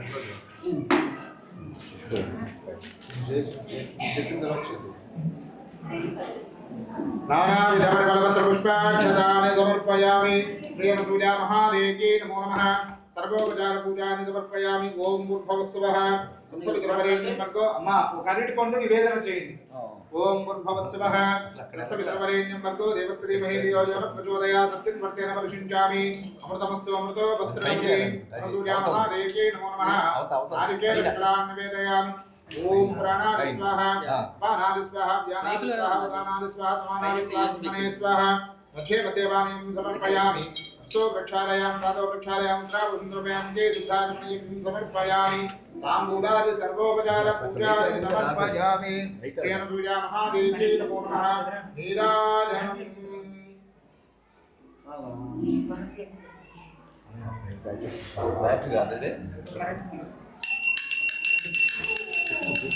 ఓం అఘోరేభ్యో అఘోరేభ్యో ఘోరఘోరధరేభ్యః సర్వేభ్యః సర్వేభ్యో నమస్తే రుద్రరూపేభ్యః అసూయా మహాదేవ్యై నమో నమః ఆనందకర్పూర మంగళ నీరాజనం దర్శయామి నీరాజనం సమర్పయామి.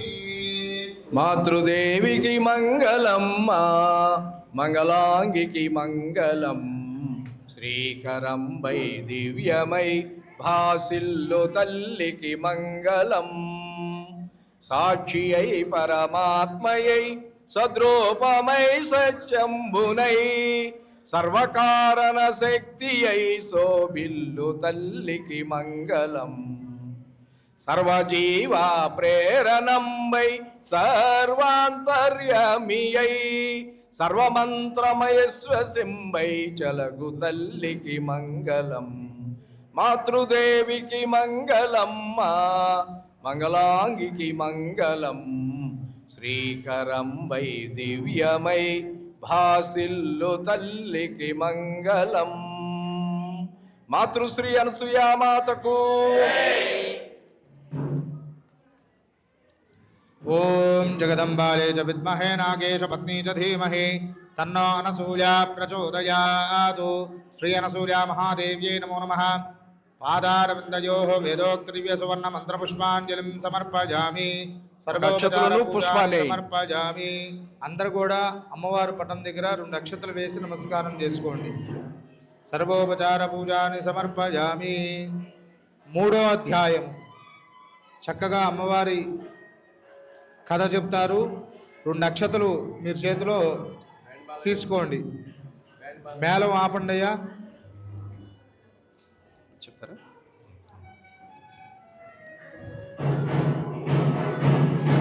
మంగళవాద్యాలు మరేంటో. అమ్మవారు జననం జరిగింది కదా మంగళవాద్యాలతో. శేషాద్రి గారు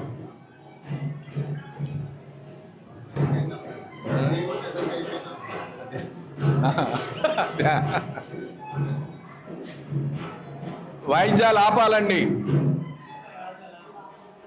ఈ వ్రతకల్పంలో 3వ అధ్యాయంలో అమ్మ ఒక భక్తుడికి కృష్ణుడిగా దర్శనమిస్తుంది. ఆ కృష్ణుడిగా దర్శనమిచ్చినటువంటి ఆ ఘట్టాన్ని మా శ్రీకాంత్ గారు ఈ కార్యక్రమాన్ని అంతా ఆంధ్రప్రదేశ్ అంతా లైవ్గా చూపిస్తున్నటువంటి మహానుభావుడు అమ్మవారి సన్నిధిలో ఉంటూ ఉంటారు. వారు కృష్ణుడంటే ఎవరు, కృష్ణ తత్వం అంటే ఏమిటి, కృష్ణుడిగా దర్శనం ఇవ్వటం కాదు, అసలు కృష్ణ తత్వం అంటే ఏమిటో చక్కగా వివరిస్తూ ఆ అధ్యాయాన్ని పూర్తి చేస్తారు. మాతృశ్రీ అనసూయ మహాదేవికి, అర్కపురాధీశ్వరి అనసూయ మహాదేవి, శ్రీకృష్ణ పరబ్రహ్మ స్వరూపిణి అనసూయ మహాదేవికి. 3వ అధ్యాయంలోకి ప్రవేశిస్తున్నాం. అమ్మే కృష్ణుడు, కృష్ణుడే అమ్మ. ఈ వ్రతకథలోకి వెళ్లే ముందు ఇందాడ అన్నయ్య గారు చెప్పారు మాట, సామూహిక వ్రతం. మనం ఇప్పుడు ఆచరిస్తున్నటువంటి వ్రతాన్ని కేవలం అనసూయ వ్రతం ఆచరిస్తున్నామా, అందరం కలిసి ఆచరిస్తున్నాం. సామూహిక వ్రతం ఆచరించడం వల్ల కలిగే ప్రయోజనం ఇందాడ అన్నయ్య ఒక మాట చెప్పారు. దానికి అనుబంధంగా ఇప్పుడు మనం ఇంకొంచెం తెలుసుకుందాం. గత కొన్ని రోజులు, కొన్ని నెలలు గనక గమనిస్తూ ఉంటే ప్రపంచం అంతా అల్లకల్లోలంగా ఉంది. అమెరికా దేశాన్ని తీసుకున్నట్లయితే కార్చిచ్చు గొప్ప గొప్పగా ఎవరెవరైతే బాగా ధనవంతులు అయితే ఉంటారో వాళ్ళందరి యొక్క ఇళ్ళని కంప్లీట్గా బూడిద చేసేసింది. అంతకుముందు మనకి విజయవాడలో ఒక వరద వచ్చింది. కానీ మనకి కలిగినటువంటి నష్టం ప్రపంచ దేశాలతో చూస్తే అత్యంత స్వల్పం. జపాన్ దేశంలో అదే టైంలో వరదలు వచ్చినాయి, అమెరికా దేశంలో అదే టైంలో వరదలు వచ్చినాయి, చైనా దేశంలో అయితే చెప్పనే అక్కర్లేదు, ఈదురుగాళ్ళు, వరదలు, మొత్తం ఎంతో ఆస్తి నష్టం. ప్రాణ నష్టం పెద్దగా జరగకపోయినా చాలా ఆస్తి నష్టం జరిగింది. మనతో కంపేర్ చేసుకున్నప్పుడు అది చాలా ఎక్కువ, మనది చాలా తక్కువ. ఇంతకీ ఈ వ్రతకథకిను అక్కడ వేరే వేరే దేశాల్లో జరిగినటువంటి ఈ ఘట్టాలకి ఏంటి సంబంధం, ఏమన్నా తెలుస్తుందా? అంటే మన హిందూ మతం బాగా డెవలప్ చేస్తుంది కాబట్టి యాక్చువల్గా మనకి ఎదురయ్యేటువంటి కష్టాలన్నింటినీ కూడా వేదాంతం అంటే మనం ఉపనిషత్తులు అంటూ ఉంటాం కదా, ఈ ఉపనిషత్తులు అనేటువంటివి మనకి ఎదురయ్యేటువంటి కష్టాలని 3 భాగాలుగా విభజించిందండి. దాన్నే మనం జనరల్గా వాడేస్తూ ఉంటాం తాపత్రయము అని. తాపము అంటే భరించలేనటువంటి వేదన, తాపం అంటే ఏంటి, భరించలేనటువంటి వేదన. అటువంటి వేదన మనకి 3 రకాలుగా ఉందట. ఒకటి ఆధ్యాత్మిక తాపము, 2 ఆదిదైవిక తాపము, 3 ఆది భౌతిక తాపం. అర్థమవుతుందా?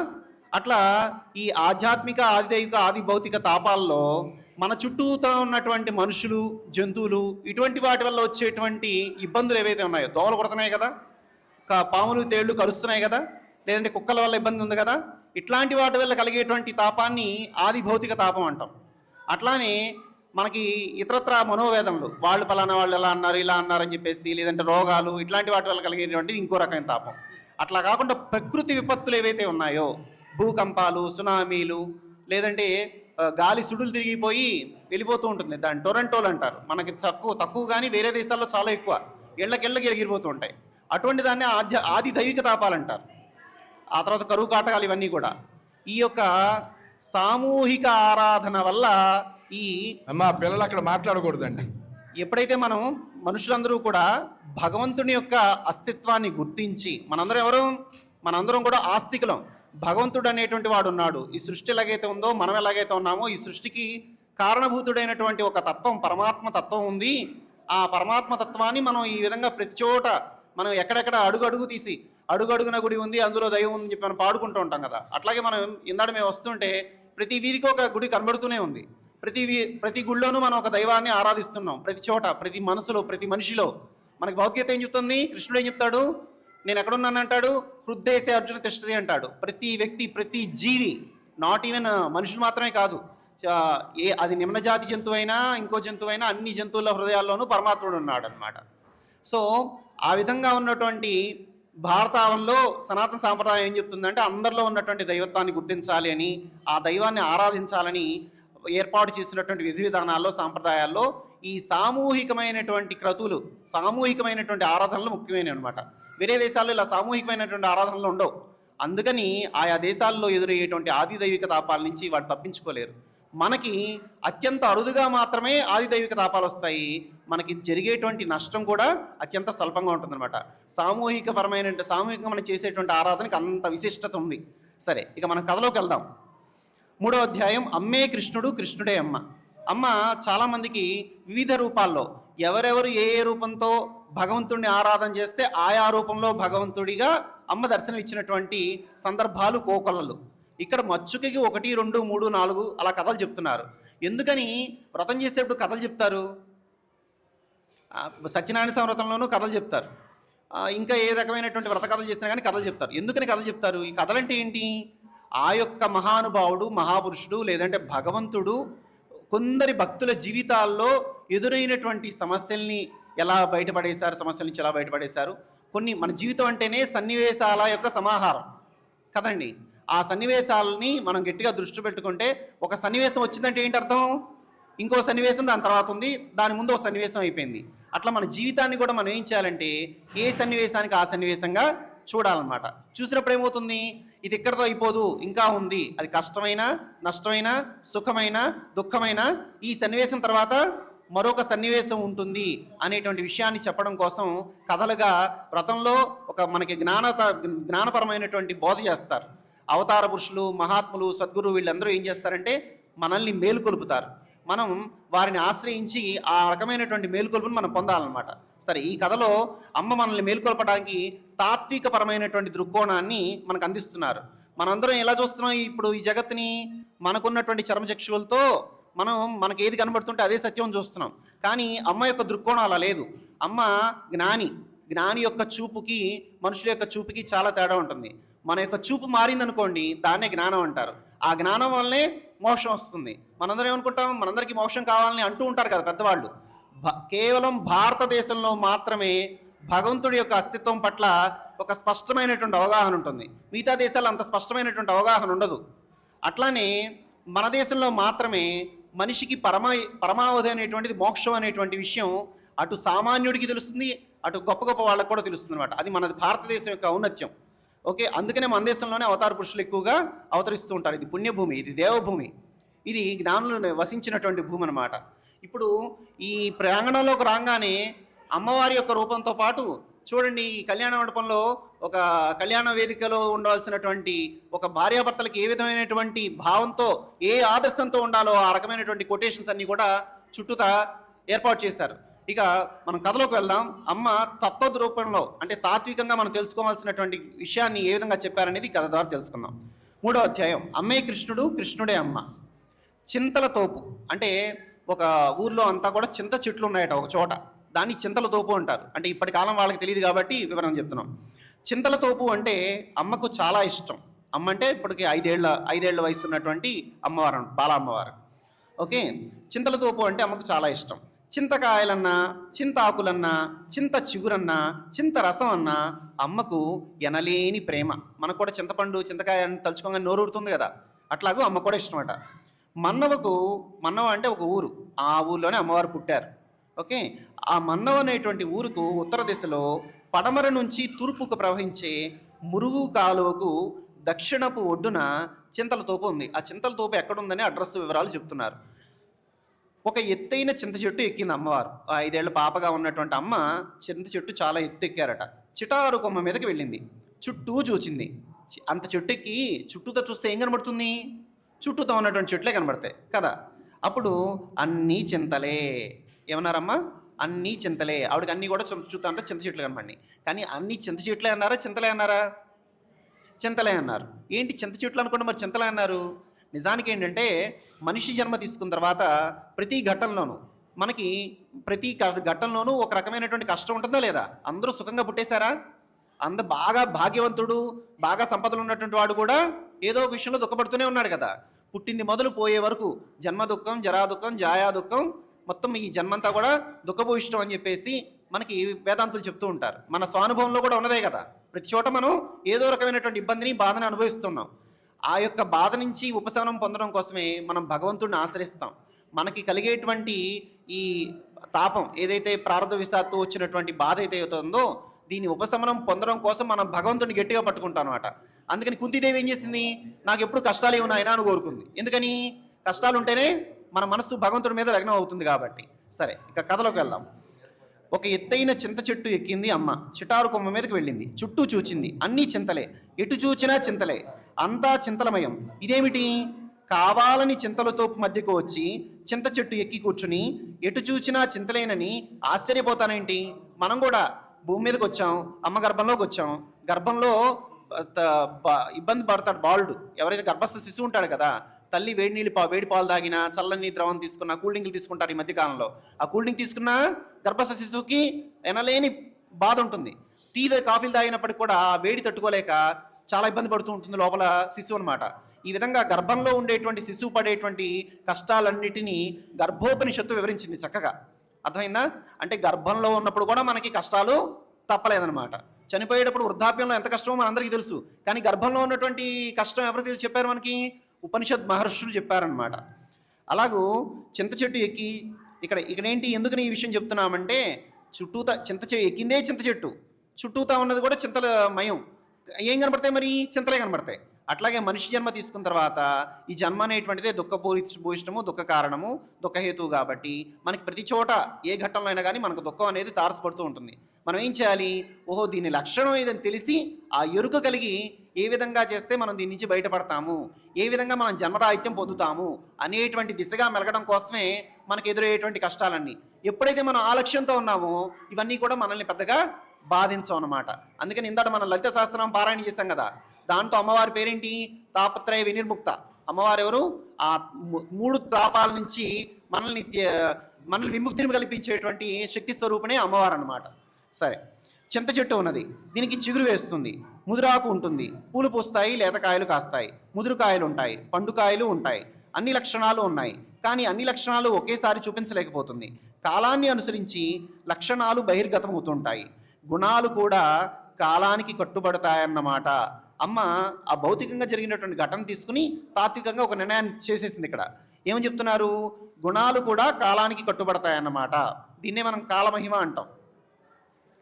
అనుకుంటూ ఉండగా అమ్మ ఎక్కి నిల్చున్న కొమ్మ ఆ పావన పాద స్పర్శతో పునీతమై జీవన లక్ష్యమే సఫలీకృతమైనట్టు, తనకు ఇక జీవితం మీదే వాంఛేయలేనట్టుగా ఆ చిటారు కొమ్మ పట్టుకుమంట విరిగిపోయిందనమాట. అమ్మ విరిగిపోతే ఏముంది, పడిపోతాం కదా. ఆ పడిపోతుండగా ఆవిడ ఏం చేశారు? వేరే కొమ్మని పట్టుకున్నారనమాట.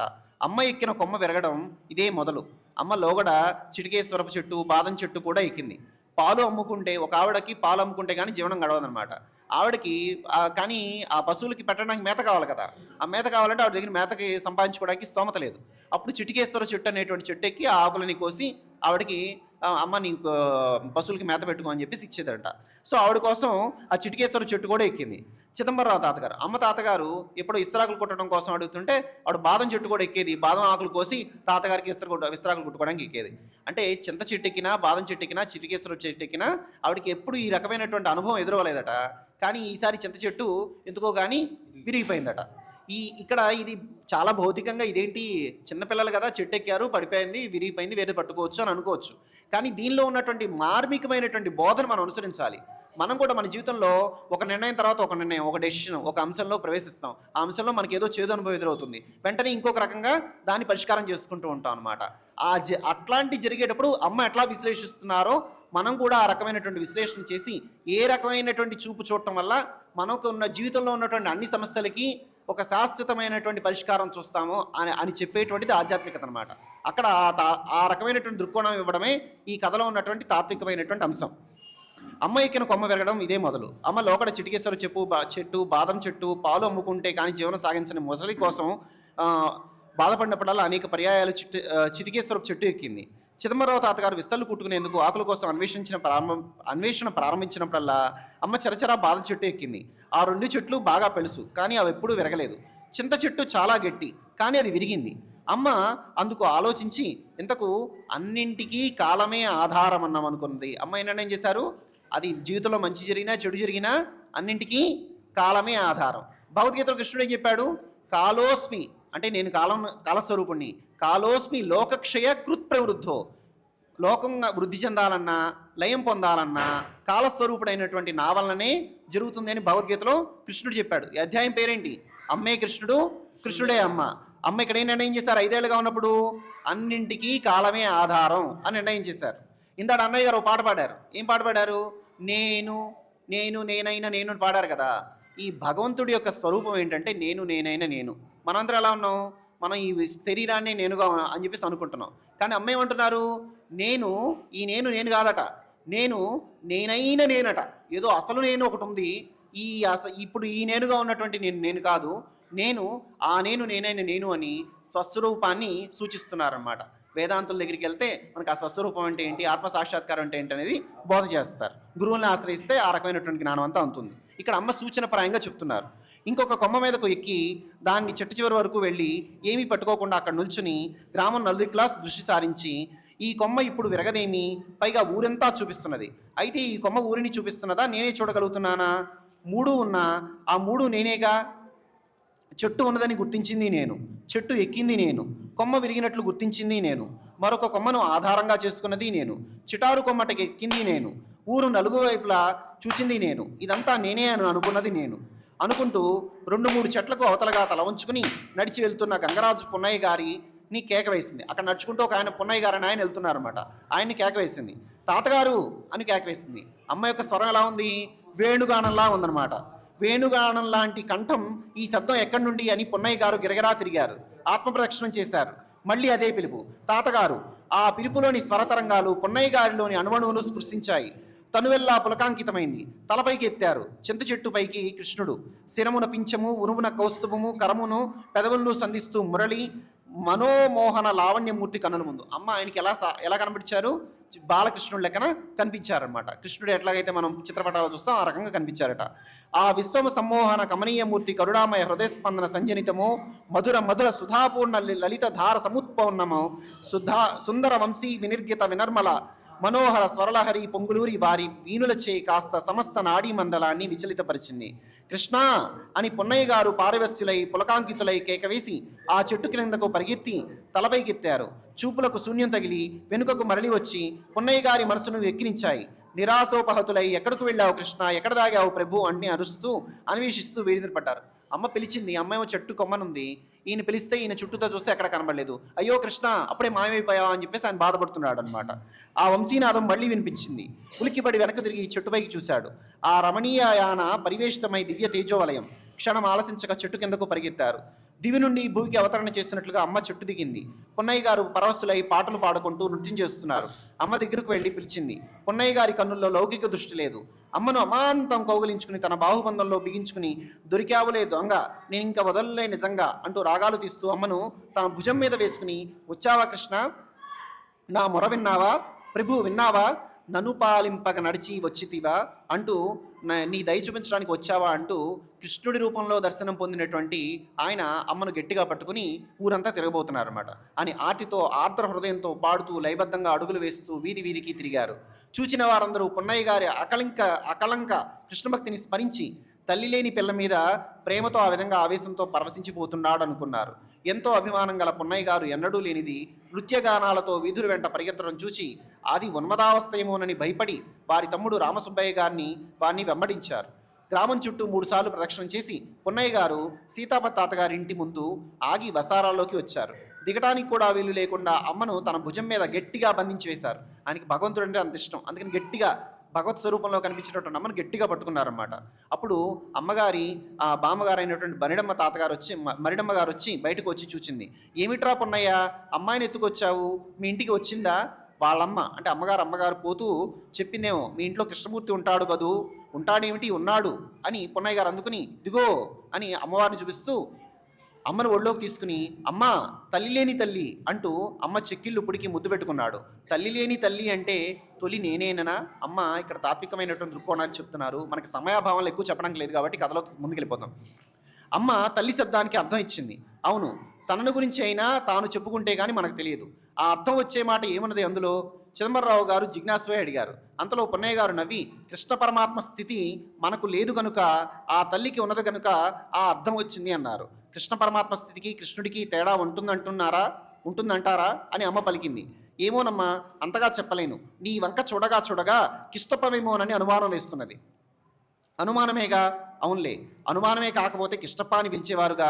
కృష్ణునికి కృష్ణతత్వానికి తేడా ఏమిటి అనే ప్రశ్న మేము వేశామని నీవు చెప్పమ్మా సమాధానం అని అనగా అమ్మ అంగీకరించింది. కృష్ణతత్వం అంటే కృష్ణుడి యొక్క లక్షణాలు కలిగింది. కృష్ణుడు అంటే కృష్ణుడే. కృష్ణుడి గురించి చెప్పుకోవడానికి పురాణాలే ఆధారమైనాయి. ఆ పురాణాలు చెప్పిన లక్షణాలు ఎక్కడ ఉంటే వాటిని కృష్ణతత్వం అంటున్నాం అంటూ ఆచార్యుని వలె వివరిస్తున్న 5 ఏళ్ల అమ్మను చూస్తూ పొన్నయ్య గారు ఏమన్నారు? వీడే వాడు, వాడే వీడు, అప్పుడు ఆకారంలో వచ్చాడు, ఇప్పుడు ఈ రూపంలో వచ్చాడు అంటూ అమ్మను చూచి కథల్ని చెయ్యి ఎత్తి నమస్కారం చేసి నంగి మాటలతో చుట్టు మీద నిల్చుంది నీవే కృష్ణుడివి అంటూ చెయ్యి పైకెత్తారు. ఆ చేతిని అమ్మ అందుకున్నది. జై హో మాత. మాతృశ్రీ అనసూయ మహాదేవికి నానావిధ పరిమళపత్ర పుష్పాక్షతాన్ని సమర్పయామి. శ్రీ అనసూయ మహాదేవ్యై నమో నమః. ధూపమాఘ్రాపయామి. సాక్షాత్ ప్రత్యక్షదీపం దర్శయామి. ధూపదీపానంతరం శుద్ధాచమనీయం సమర్పయామి. ఒక అరటి పండు నివేదన చేయండి. ఓం భూర్భువస్సువః తత్సవితుర్వరేణ్యం భర్గో దేవస్య ధీమహి ధియో యో న ప్రచోదయాత్. సత్యం వర్తేన పరిశుంచామి. అమృతమస్తు అమృతోపస్తరణమసి. శ్రీ అనసూయ మహాదేవ్యై నమో నమః.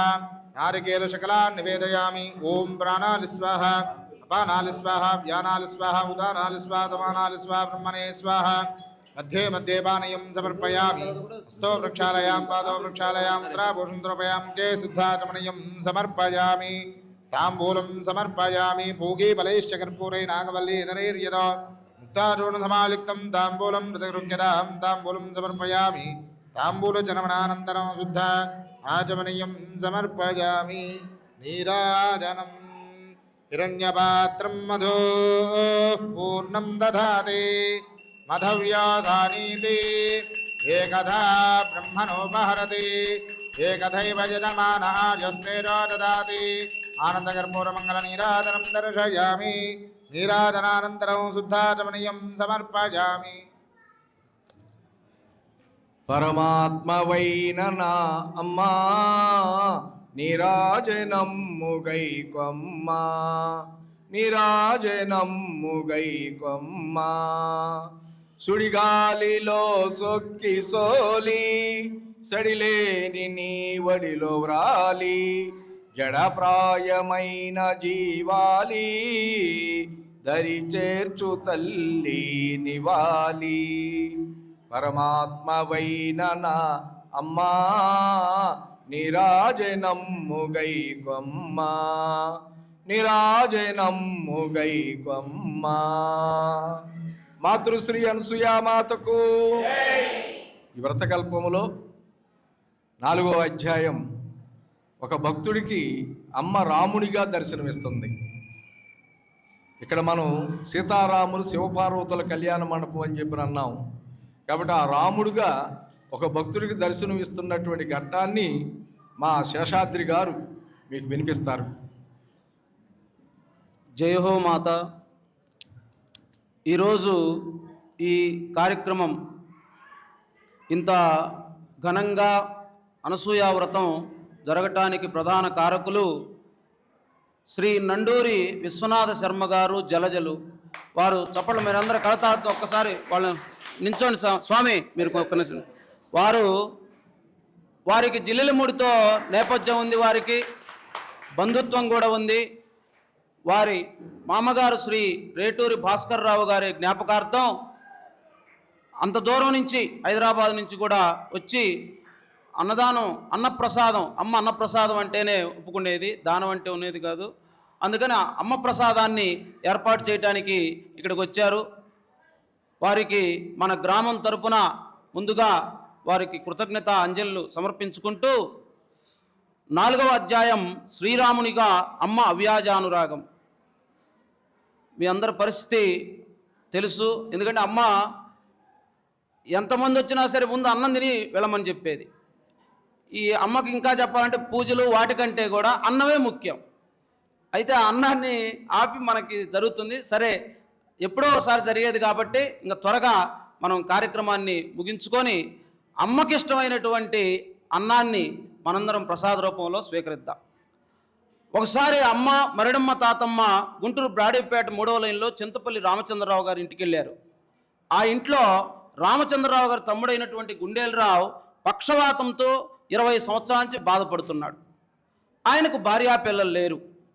రామచంద్రరావు గారి కుటుంబమే ఆయనకు ఆశ్రయం. రామచంద్రరావు గారికి ద్వితీయ కళత్రమైనందున వారి మీద శ్రద్ధాశక్తులే అంతంత మాత్రంగా ఉండేవి ఆమెకు, అంటే రెండో భార్య కావడం. ఆమె పేరు గౌరమ్మ. గుణాన్ని బట్టి అందరూ గయ్యాలి గౌరమ్మ అనేవారు. అమ్మ గుర్రబండి దిగి సరాసరి గుండేలరావు గారి మంచం వద్దకు వెళ్ళింది. బస్టాప్లో తాతమ్మ నారింజ పండ్లు కొన్నది. అందులో నుండి అమ్మ ఒక పండు తీసుకొని గుండేలరావు గారికి ఇచ్చింది. ఆయన ఒలుచుకోలేక పక్కన పెట్టుకున్నారు. అమ్మ పండు ఒలిచి ప్రేమతో ఆయన నోట్లో పెట్టింది. మూత్ర విసర్జనతో కలుషితమైన వస్త్రాలు తీసి శుభ్ర వస్త్రాలు పక్కలో పరిచింది. అయాచితంగానూ అత్యంత అనురాగంతోనూ అమ్మ చేసే ఉపచారం గుండేలరావు గారి గుండెను పులకరింపచేసింది. ఆయన రామభక్తుడు కావడంతో తన ఇష్టదైవమే తనను అనుగ్రహించే నిమిత్తం ఇట్లా ప్రత్యక్షమైనాడని భావించారు. ఆ ఆనంద పారవస్యంలో రామచంద్ర రామచంద్ర అనుకున్నారు ఉత్తేజితులై. ఆ సంబోధన అన్నగారైన రామచంద్రరావు గారు విని తననే పిలుస్తున్నాడనుకొని తమ్ముడిని సమీపించి ఏమిటి అని అడిగాడు. గుండేలరావు గారు అమ్మ వంకనే తదేకంగా చూస్తూ కన్నీరు కారుస్తూ అన్నగారు తిరిగి పిలిచేదాకా గమనించలేదు.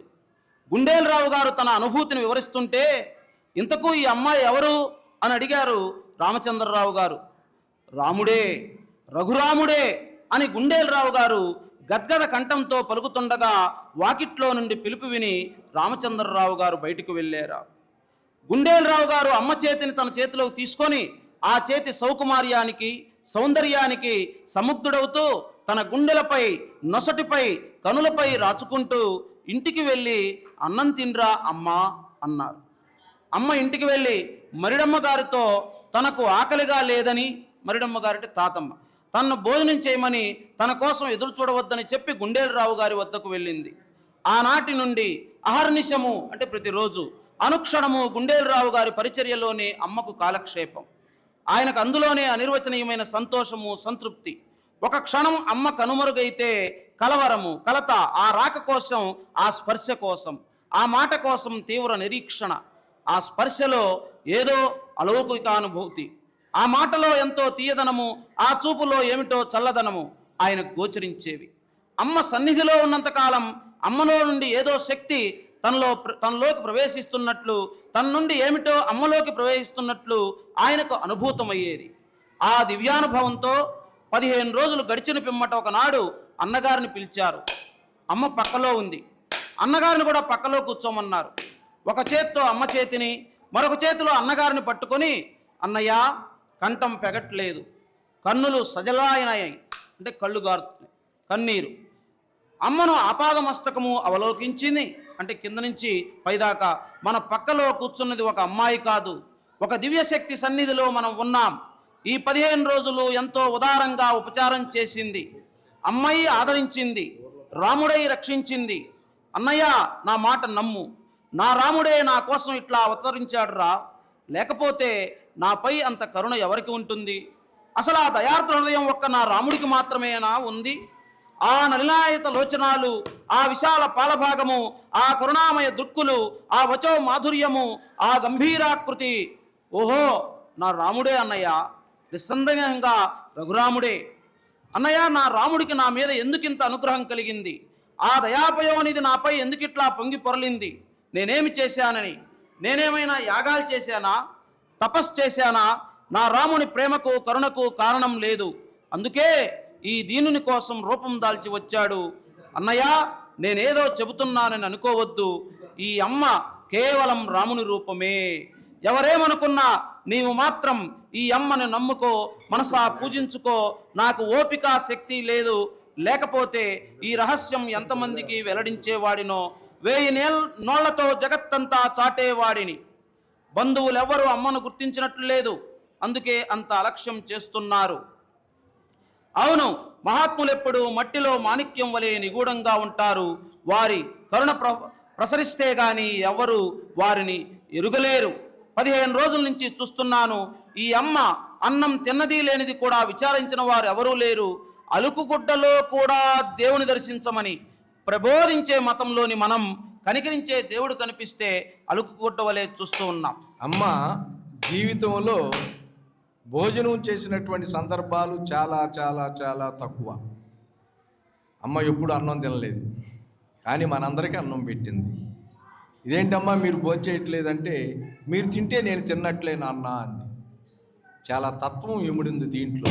మనకు సమయం లేదు కాబట్టి మనం కూడా మన పిల్లలు తింటే మనకెట్లా కడుపు నిండినట్టుగా భావన చేస్తామో, ఆ విశ్వ తాదాత్మ్యం పొందినటువంటి ఆ తల్లి మనందరం తింటే, ఇందాక నేను అని చెప్పాం కదా, ఈ లోపల ఉన్నటువంటి నేను ఎవరైతే తిన్నాడో అన్ని నేను నేనే కాబట్టి మీరు తింటే నేను తిన్నట్లేనన్నా అంత తత్వాన్ని విశదీకరించింది.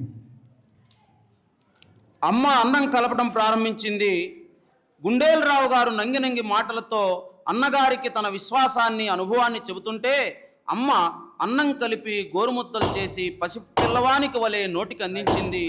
గుండేలరావు గారి కన్నులతో పాటు రామచంద్రరావు గారి కన్నులు కూడా జలజలా వర్షించాయి. గుండేలరావు గారు ఆ ముద్దలు మృంగలేక మృంగుతూ, దుర్లభమనుకున్న కరుణ అవ్యాజంగాను అయాచితంగాను నాపై ప్రస్తుతమైనది, అదృష్టవంతుడిని అంటూ ఆనంద రసార్ణవంలో మునిగిపోయారు. దేహో మాత.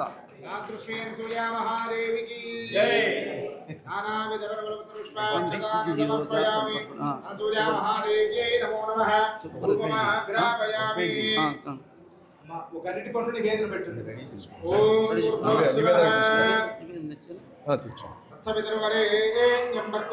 నవప్రసాదం ఇచ్చారా?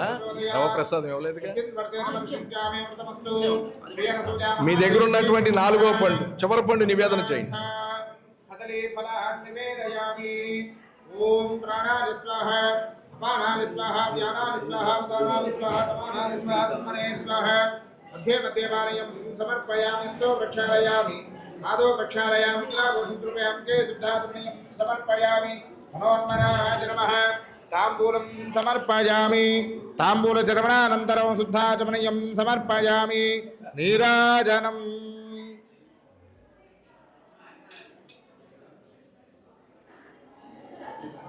ॐ हिरण्यपात्रं मधो पूर्णं दधाति मधव्यादानीति एकदा ब्रह्मणोपहरते कथैव यजमानायस्तेजा ददाति. प्रियनसूया महादेव्यै नमो नमः. आनन्दकर्पूर मङ्गलनीराजनं दर्शयामि. नीराजनानन्तरं के शुद्धाचमनीयं समर्पयामि. नमस्करोमि. पार्वतीपतये हर हर महादेव हर. मातृश्री అనసూయ మహాదేవికి, అన్నపూర్ణేశ్వరి శ్రీ అనసూయ మహాదేవికి. అందరూ కూడా అక్షతలు తీసుకోండి. ఓం జగదంబాలే చ విద్మహే నాగేశ పత్ని చ ధీమహి తన్నో అనసూయ ప్రచోదయాత్. అనసూయ మహాదేవ్యై నమో నమః. పాదారవిందయోః వేదోక్త దివ్య సువర్ణ మంత్రపుష్పాంజలిం సమర్పయామి. సర్వోపచార పూజాని సమర్పయామి. 5వ అధ్యాయము, చివరి అధ్యాయము.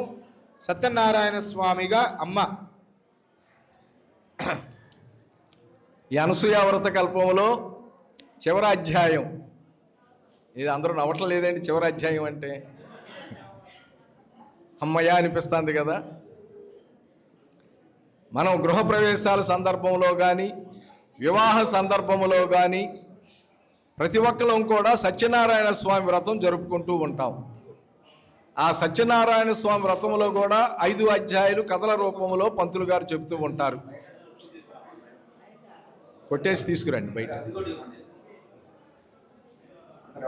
అట్లాగే అసలు సత్యనారాయణ స్వామి వ్రతం అంటే ఏంటో అమ్మ చెబుతుందండి. ఒక భక్తుడికి సత్యనారాయణ స్వామిగా దర్శనమిస్తుందమ్మ ఈ కథలో. 5వ అధ్యాయం సత్యనారాయణ స్వామిగా అమ్మ. మనవలో ఉన్న రోజుల్లో అమ్మ ప్రతిరోజు సాధ్యమైనంత వరకు దేవాలయంలోనో గంగరాజు పున్నయ్య గారి తోటలోనో కాలక్షేపం చేస్తుండేది. పున్నయ్య గారి తోటలో చింత చెట్టు క్రిందనే ఎక్కువ కాలం కూర్చుని ఆ చింత చిగురు తింటూ కాలము గడిపేది. అమ్మ ఇంటికి రాకపోయినా ఏ పినతండ్రి గారి ఇంటి వద్ద ఉన్నదోలే అని ఎవరు అమ్మ విషయం పట్టించుకునేవారు కారు. ఎప్పుడైనా ఇంటికి వచ్చినప్పుడు భోజన విషయం ప్రస్తావనకు వస్తే ఎక్కడో భోజనం చేశానని చెప్పి అమ్మ అన్నం తినేది కాదు. ఎందుకమ్మ మాట్లాడుతున్నారు ఎవరు? చివరిలోకి వచ్చాం కదా. అందువల్ల అమ్మకు ఎక్కువ కాలం పున్నయ్య గారి తోటలో గడిపేందుకు మంచి అవకాశం లభించింది. ఒక రోజున అమ్మ చింత చెట్టుపై ఒక కొమ్మ మీద కూర్చుంది. తిరుమల వెంకటప్పయ్య గారు అనేటువంటి ఒక భక్తుడు చింత చిగురు కోసుకునేందుకు అక్కడికి వచ్చారు. అమ్మ ఎక్కిన చెట్టు క్రిందకు వచ్చి తలపైకి ఎత్తాడు. చిత్రం, సత్యనారాయణ స్వామి ప్రత్యక్షమైనాడు. ఆ స్వామి ఆయన ఇష్టదైవం. ఇక్కడ అమ్మ ఏం చెప్తారంటే, అమ్మ మీరు ఇట్లా మాకు కనపడ్డారు, రాముడిగా కనపడ్డారు, కృష్ణుడిగా కనపడ్డారు అంటే అమ్మ ఏం చెప్పేవారంటే, లేదు నాన్న, మీ ఇష్టదైవాన్ని నాలో చూసుకున్నారు నాన్న అని చెప్పేవారు. అమ్మగానే ఉంటారు, కానీ మన ఇష్టదైవాన్ని అమ్మలో చూసుకున్నారు. అట్లా చూసుకుంటేనే కానీ మనకు నమ్మకం కలగదు. ఇందాక చెప్పారు కదా, అలుకుగుడ్డలో ఉంటే మనం అమ్మని ఎంతలా ఇదిగా చూస్తున్నారో ఒక అలుకుగుడ్డలాగా ఆ స్వామి ప్రత్యక్షమైనా కూడా మనం అనుకున్న రూపం కనిపిస్తే కానీ గుర్తించం. కాబట్టి అమ్మ ఆ రూపంలో కనపడేవారు. వారు ఏదో దేవతనైతే ఏవన్నైతే ఉపాసన చేస్తూ ఉంటారో బిడ్డలు భక్తులు, ఆ రూపంలో పెద్దవాళ్ళు దర్శనమిస్తారు మనకి. తిరుమల వెంకటప్పయ్య గారు చింత చిగురు కోసుకునేందుకు అక్కడికి వచ్చారు. చిత్రం, సత్యనారాయణ స్వామి ప్రత్యక్షమైనాడు. ఆ స్వామి ఆయన ఇష్టదైవం. అట్లా అయాచితంగా దర్శనమిచ్చేసరికి ఆయన ఆనంద పరవశులయ్యారు.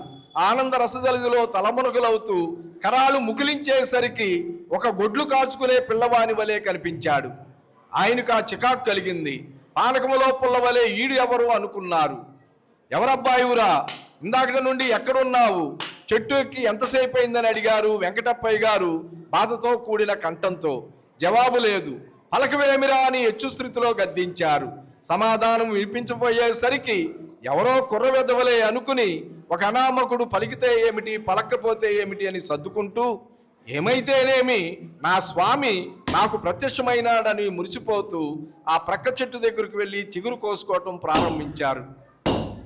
చెట్టుపై నుండి అమ్మ చివాలను దూకింది. ఆ గౌనుతో ఉన్న అమ్మను వెంకటప్పయ్య గారు చూశారు. అమ్మ పరిగెత్తింది. ఇక్కడ గౌను అని చెప్పని రాశారు కదండి. గౌను ఎవరు వేసుకుంటారండి? చిన్నపిల్లలే కదా.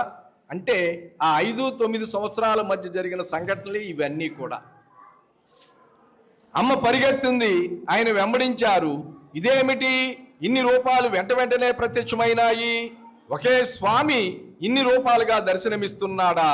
లేక ఏదైనా ఒక దెయ్యం నన్ను ఆవహించి నా మనసును వికలము చేస్తుందా అనుకుని భయవేహులరై ఆ కోసుకున్న కొద్ది చింత చిగురు కూడా నేలపాలు చేసి ఇంటికి పరిగెత్తారు. అమ్మ కూడా సరాసరి పరిగెత్తుకుని ఆ వెంకటప్పయ్య గారి ఇంటికే వచ్చింది. అక్కడ ఆడవాళ్ళు గబలాడుతుంటే చూస్తూ కూర్చుందండి.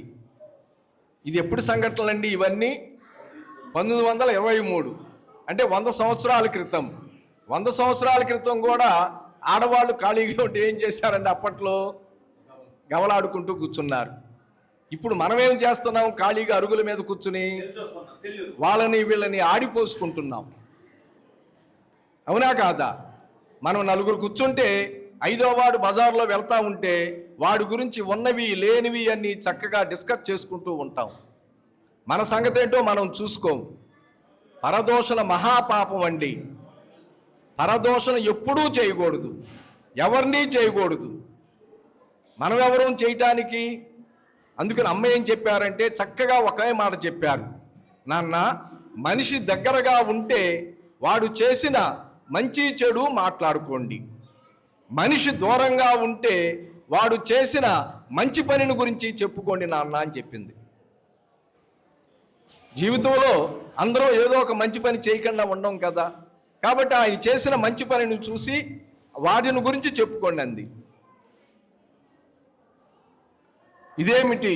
అమ్మ కూడా అక్కడికి వచ్చి నాకు దెయ్యం పట్టిందని కేకలు వేసి ఇంట్లోకి వెళ్తారు. ఆ భార్య పాపం ప్రశ్నార్థకంగా చూస్తుంది. వెంకటప్పయ్య గారు వంక చూసింది, అడుగుతాంది. చింత చిగురు కోసం పున్నయ్య గారు తోటకు వెళ్ళాను. అక్కడ ఇష్టదైవమైన సత్యనారాయణ స్వామి సాక్షాత్కారం అయ్యింది. ఆ దర్శనంతో నా హృదయం ఆనంద ప్రఫుల్లమయ్యింది. నా జీవితమే ధన్యమైందని భావించాను. కానీ మనకు ఏమి కీడు ముడనున్నదో ఆ మూర్తి వెంటనే ఒక మాల పిల్లవాడి వలె పరివర్తన చెంది నా హృదయాన్ని శకలుగా విచ్ఛిన్నం చేసింది. అంతలోనే ఒక చక్కని ఆడపిల్ల వలె కనిపించి పరుగెత్తి కనుచూపుకు అందలేదు అంటూ అక్కడే ఉన్న అమ్మ వంక చూస్తూ, ఆ అమ్మాయికి ఈ అమ్మాయి పోలికలు ఉన్నాయి. ఈ అమ్మాయి వచ్చి ఎంతసేపు అయిందని అడిగారు. మీరు వచ్చే ముందే వచ్చిందే అన్నది ఆయన భార్య రంగమ్మ గారు. ఆయన అడుగుతున్నాడు, అమ్మా చెట్టు దూకింది నీవేనా? నేనే మావయ్యా. నీవేనా? అవును. మరి ఆ మాల పిల్లవాడికి ఎటువైపు కూర్చున్నావు? మాలవాడిని నేను చూడలేదు మావయ్యా. మరి నన్నైనా చూశావా? నిన్ను చూశాను. నన్ను చూసినప్పుడు ఆ మాల పిల్లవాడు ఎందుకు కనపడలేదు? ఇక్కడ అమ్మ సర్వజ్ఞతను చూపిస్తానండి. ఆ మాల పిల్లవాడు మావాడు కావటం చేత మాలవాడుగా కనపడలేదు. అందరికీ బిడ్డలే అమ్మకి. మాలవాడు కాకపోతే మాని ఇంకొక పిల్లవాడునైనా చూసావా? లేదు. ఇంకొకరిగా చూడలేదు, ఒకటిగానే చూశాను. తల్లి కదండి, అందరికీ సమానం, అందరూ సమానమే, అందరినీ ఒకటిగానే చూస్తుంది. నిజం చెప్పి పిల్లని వెంకటప్పయ్య గారు అమ్మ చెవి పట్టుకుంటారు. వెంటనే అమ్మ అదృశ్యమయ్యి ఎదురుగా మళ్ళీ సత్యనారాయణ స్వామి నిల్చుంటాడు. ఆయనకి విద్యుత్ఘాతం తగిలినట్లు కేకలేస్తాడు. ఆ రంగమ్మ గారు భయపడి పరిగెత్తుకు వస్తుంది. వెంకటప్పయ్య గారు నేలపై పడిపోయి, నా ఇష్టదైవం కనిపించాడు, నా ఇష్టదైవం కనిపించాడు, ఈ అనసూయ మామూలు పిల్ల కాదు, నా ఇష్టదైవమైన సత్యనారాయణ స్వామియే అని పలవరిస్తుంటే ఆ ఇరుగు పొరుగు వారందరూ గుమికొడతారు. తలా ఒక రకంగా ఊహాగానం చేస్తూ ఉంటారు. కొందరేమో పైచపు భ్రమ అంటారు, మరికొందరేమో ఏదో పిశాసి ఆవేశించిందని అనుకుంటారు. ఏమీ అర్థం కాక ఆ నివారణ ఉపాయం కోసం అన్వేషిస్తూ ఉంటారు. అప్పుడు ఆ భార్య వచ్చి అమ్మని అడుగుతుంది, అమ్మా ఏమైంది, అసలు ఏమైందమ్మా అని అడిగితే అమ్మ అక్కడ తత్వం చెబుతాంది. అసలు ఏమిటో తెలిస్తేగా. అసలు తెలియదు, జరిగేదా కనబడుతూనే ఉన్నది అన్నది అమ్మ. అది కాదమ్మా, చెట్టు దగ్గర ఏం జరిగింది, అప్పుడు నీవు ఎక్కడున్నావు అని రంగమ్మ గారు కుతూహలంగా అడిగితే, నేను రోజు ఆ తోటకు వెళ్తాను, వెళ్ళి ఆ చెట్టుపై కూర్చుంటాను, నాలో ఈ రోజు విశేషమేమీ లేదు, వారి అనుభవం ఏంటో నాకు తెలియదు అన్నది అమాయకంగా. అంతే అయి ఉంటుంది. పగలు నడిజామును వెళ్ళాడు కదా, భయపడి ఉంటాడు. ఈ అమ్మాయిని చూసి భ్రమపడి ఉంటారని అక్కడ ఉన్నవాళ్ళు సర్దటానికి ప్రయత్నిస్తారు. అమ్మ మెల్లగా ఇంటికి బయలుదేరుతుంది. తర్వాత 1 గంటకు వెంకటప్పయ్య గారు సృహలోకి వస్తారు. ఆ రోజు నుండి అమ్మ ఎక్కడ కనిపించినా ఈ అమ్మాయి తన ఇష్టదైవం సత్యనారాయణ స్వామి అనుకుని చేతులు ముకిలించి నమస్కారం చేస్తూ ఉండేవాడు. కానీ వారందరూ అనుకుంటున్నారంట, పాపం వెంకటప్పయ్య గారు చాలా పేదవాడు, మంచినీళ్ళు బిందులు మోసుకొని జీవనం గడిపేవారంటండి. కానీ ఆ రోజు నుండి ఆయనకు అన్ని విషయాల్లోనూ బాగా కలిసి రావటం మొదలయ్యింది. అది తన ఇష్టదైవమైన సత్యనారాయణ స్వామి అనుగ్రహమేనని ఆ విశ్వసించి ప్రతి ఏకాదశికి వ్రతం జరుపుకుంటున్నారు. ఒక ఏకాదశి నాడు వారు సత్యనారాయణ స్వామి వ్రతం జరుపుకుంటే అమ్మ అక్కడికి వెళతారు. నేను పుట్టింది ఏకాదశి నాడే అంటుంది అమ్మ. అయితే నీకు పుట్టినరోజు పండుగ చేయమంటావా అమ్మని ఆ రంగమ్మ గారు అడుగుతుంది. ఈరోజు ఆశ్లేష నక్షత్రం కదా, కనుక మీరు చేసేది నా పూజే అంటుంది అమ్మ నిశ్చితంగా. మేము చేసేది సత్యనారాయణ స్వామి వ్రతం అమ్మ అంటారు వారు. ఇక్కడ చెబుతుందమ్మ, సత్యమైన వ్రతమంతా నాకే అన్నది అమ్మ. అక్కడ పెట్టాం, సత్యమైన వ్రతమంతా నాకే అన్నది అమ్మ. సత్యనారాయణ స్వామి వ్రతం అంటే సత్యమైన వ్రతం అంటండి. అవును, సత్యస్వరూపిణి అమ్మ. ఏ నామమైనా తనదేనని, ఏ వ్రతమైనా తనకేనని, సర్వ సృష్టి తనదేనని, అందరికీ సుఖతేనని చాటిన జగజ్జనని జగదీశ్వరి అయిన అమ్మ వ్రతం, అనసూయ వ్రతం చేసుకున్న విన్న సకల సౌభాగ్య సంపదలతో పుత్ర పౌత్రాభివృద్ధితో వెలసులుతారనేది నిత్య సత్యం, నిత్య సత్యం, నిత్య సత్యం. జై హో మాత.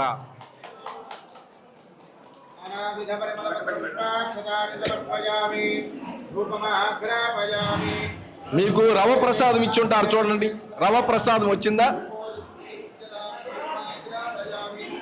సాక్షాత్ ప్రత్యక్ష దీపం దర్శయామి, ధూపదీపానంతరం శుద్ధాచమనీయం సమర్పయామి. నైవేద్యం మీ అందరికీ రవ ప్రసాదం నివేదన ఇచ్చారమ్మా, అది నివేదన చేయండి అమ్మవారికి. మాట్లాడకూడదమ్మా, చివరిలో ఇట్లా గోల చేస్తే చేసిన వ్రత ఫలితం అంతా కూడా పనికిరాదు. ఒక్క మాట చెప్పండి. చెప్తా ఆగండి, కంగారు పెడతావు నువ్వు బలేవాడు. ఓం భూర్భువస్సువః తత్సవితుర్వరేణ్యం భర్గో దేవస్య ధీమహి ధియో యో న ప్రచోదయాత్. సత్యం వర్తేన పరిశించామి అమృతమస్సు అమృతోపస్రణమసి. శ్రీ అనసూయ మహాదేవ్యై నమో నమః. అవసరార్థనారికేల కదలీ ఫలసహిత మహానివేదనం సమర్పయామి. ఓం ప్రాణాలి స్వాహ, ఓం అపానాలి స్వాహ, ఓం జ్ఞానాలి స్వాహ, ఓం ఉదానాలి స్వాహ, ఓం సమానాలి స్వాహ, ఓం బ్రహ్మణే స్వాహ. మధ్యే మధ్యే పానీయం సమర్పయామి. హస్తో ప్రక్షాళయామి, పాదో ప్రక్షాళయామి, ఉత్తరాపుషం సమర్పయామి. కే శుద్ధ ఆచమనీయం సమర్పయామి. తాంబూలం సమర్పయామి. తాంబూలచరమణానంతరం శుద్ధ ఆచమనీయం సమర్పయామి. నీరాజనం.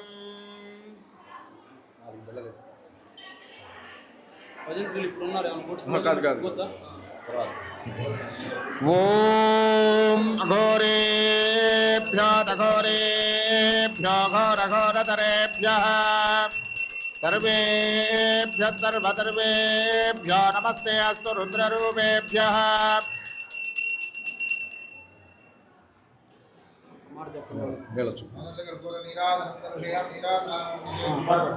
జయ హో మాతా అనసూయా హారతి దిగో ఘనమాయ, హారతి దిగో ఘనమాయ.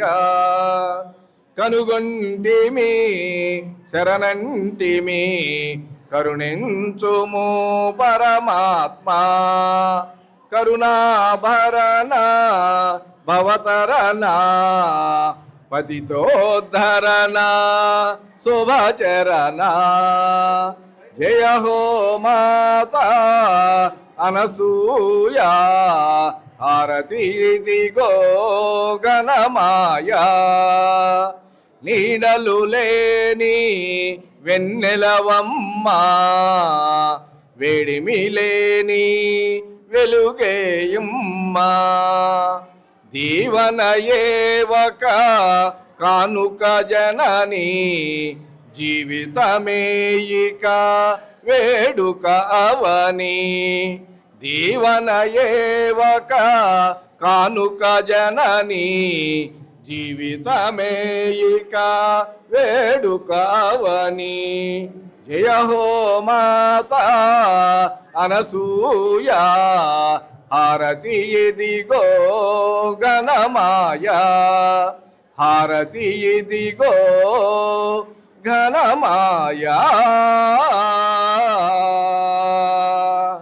మాతృశ్రీ అనసూయా మాతకు, అర్కపురీశ్వరి అనసూయా మాతకు, అన్నపూర్ణేశ్వరి అనసూయా మాతకు. ఇప్పటి వరకు వ్రత కార్యక్రమం జరిగింది. లఘు మంత్ర పుష్పం అని ఈ వ్రతానికి ముగింపు ఉంటుంది. దీని తర్వాత 2 నిమిషాలు వాళ్ళ వేద ఆశీర్వచనం చేస్తారు. అప్పటి వరకు మౌనంగా ఉండండి. మీకు క్యారీ బ్యాగులు ఇచ్చారు కదా, ఈ కార్యక్రమం అంతా అయిపోయిన తర్వాత పూజా ద్రవ్యాలన్నీ కూడా ఆ క్యారీ బ్యాగుల్లో సర్దుకుని ఇంటికి తీసుకువెళ్ళండి. మీకు ఇచ్చినటువంటి ఆ ప్లేట్ ఏదైతే ఉన్నదో దాన్ని శుభ్రంగా తుడుచుకుని దాంట్లో అన్నప్రసాదాన్ని స్వీకరించండి. అంతవరకు పూజ చేసినటువంటి ఆ ప్లేట్ ఉంది కదా, దానికి కూడా కొంత పుణ్యం ఉంటుంది. కాబట్టి ఆ పుణ్యానికి సంబంధించినటువంటి ఆ ప్లేట్లో మనం అన్నప్రసాదాన్ని తీసుకుంటే డబ్బులు ఆదా చేసిన వాళ్ళం అవుతాం. కనుక 5 నిమిషాల్లో కార్యక్రమం పూర్తవుతుంది. మా శేషాద్రి గారు కంగారు పడిపోతున్నారు. అందరి ఆకలితో ఉంటారంట, ఆయనకు ఏదో అనుకుంటారంట. కానీ ఈ వ్రతం చేస్తే ఆకలే గుర్తుకు రావట్లే మనకి. 5 నిమిషాల్లో కార్యక్రమం అయిపోతుందండి. వస్తారు వస్తారు ఆగు.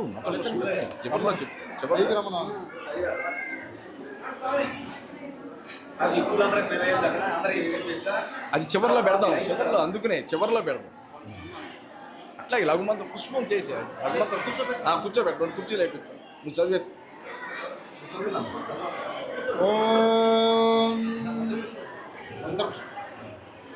ఓం జాతవేదసే తనవమసో మమరాతి యతో నిదహాతి వేదః సనః పరుషదతి దుర్గాని విశ్వానావే వసుద్ధురితాత్యగ్నిః तामग्निवर्णान् तपसाज्वलं तीं वैरोधनीं कर्मफले चतुष्टा दुर्गां देवी गोचरणमहं प्रपद्ये सुतरसि तरसे नमः अग्ने त्वं पारयानव्य अस्मान् स्वस्तिभिरति दुर्गानि विश्वा पोश्च पृथ्वी बहुलान पृथ्वी भवातो गाजतनयान संयोः विश्वानि नो दुर्गः जातवेदस्यन्धुन्ननावादरदातिपर्षि अग्ने त्रिवन्मनसा गृणानोऽस्माकं बोध्यविदातनूनाम् पृथनादितगोदहमानमुग्रमग्निगोः वेम परमात् सदस्तादु सनः परुषदति दुर्गानि विश्वाक्षामद्देवोऽतिरितात्यग्निः रत्नोजगमेड्योध्वरेषु सनाच्च होदानव्यस्य दत्सि स्वाञ्चाग्ने तनवं विप्रयस्वास्मभ्यञ्च सौभगमायजस्व गोभिर्चष्टमयुजो निषिक्तन्तवेन्द्रविष्णोरनुसञ्चरेम नाकस्य पृष्ठमभिसंवसानो वैष्णवीन् लोकयहमात् प्राच्याजनाल विद्महे कन्याकुमारी धीमहि तन्नो दुर्गी प्रचोदयात् ओम नागेश्वराय विद्महे अनसूयेश्वराय धीमहि तन्नो जगत्पिता प्रचोदयात् जगदम्बाले च विद्महे नागेश पत्नी च धीमहि तन्नो अनसूया प्रचोदयात् अनसूया महादेव्यै नमो नमः पादारविन्दयोः वेदोक्तदिव्य सुवर्ण मंत्रपुष्पाञ्जलिं समर्पयामि आत्मप्रदक्षिण नमस्कारां समर्पयामि यानि कानि च पापानि जन्मान्तरकृतानि च तानि तानि प्रदस्यन्ते प्रदक्षिणपदे पदे पापोऽहं पापकर्माहं पापात्मा पापसम्भव त्राहि मां कृपया देवी शरणागतवत्सले अन्यथा शरणं नास्ति त्वमेव शरणं मम तस्मात् कारुण्यभावेन रक्ष रक्षो महेश्वरी परमेश्वरी అనుకోవాలి అనసూయేశ్వరి ఆత్మ ప్రదక్షిణ నమస్కారం సర్వోపచార పూజాని సమర్పయామి అందరూ కూడా 2 అక్షతలు అమ్మవారి పటం మీద పూజ చేయండి చిత్రమాచ్ఛాదయామి చామరేర్వీజయామి నిత్యం దర్శయామి గీతం శ్రావయామి ఆందోళకనావాహయామి సమస్త రాజోర భక్తోపచార పూజాని సమర్పయామి అందరూ కూడా 2 అక్షతలు నీళ్లు వదిలిపెట్టండి ఎస్ఎస్ వృత్యాతనామోద్య తప పూజా క్రియాదిషు నోనం సంపూర్ణదాం యాది సత్యో వందే నమచ్యుతో చెప్పండి అందరూ కూడా మంత్రహీనం క్రియాహీనం భక్తిహీనం అనసూయేశ్వరి యత్పూజితం మయాదేవి పరిపూర్ణం తదస్తుతే అనేన శ్రీ అనసూయ సామూహిక అనసూయ వ్రతేన భగవాన్ సర్వాత్మకః సుప్రీత సుప్రసన్న వరద భవతు ఏతత్ఫలం శ్రీ అనసూయ మహాదేవి పాదారవిందార్పణమస్తు లోకా సమస్త సుఖినో భవంతు శ్రీ అనసూయ మహాదేవి ఉద్వాసనమ అమ్మవారు ఫోటో పట్టుకొని ముందుకి వెనక్కి ఒకసారి జరపండి యజ్ఞేన యజ్ఞమయరంతదేవాః తాని ధర్మాని ప్రథమాన్యాసన్న తేహనాకం మహిమానస్సరందే యత్ర పూర్వే సాధ్యాः సంతి దేవాః శ్రీ అనసూయ మహాదేవ్యై నమో నమః యథాస్థానం ప్రవేశయామి శోభనార్థే క్షేమాయ పునరాగమనాయ చ శ్రీ అనసూయ మహాదేవి భక్తజనానాం కృపాకటాక్ష ఫల సిద్ధిరస్తు తథాస్తు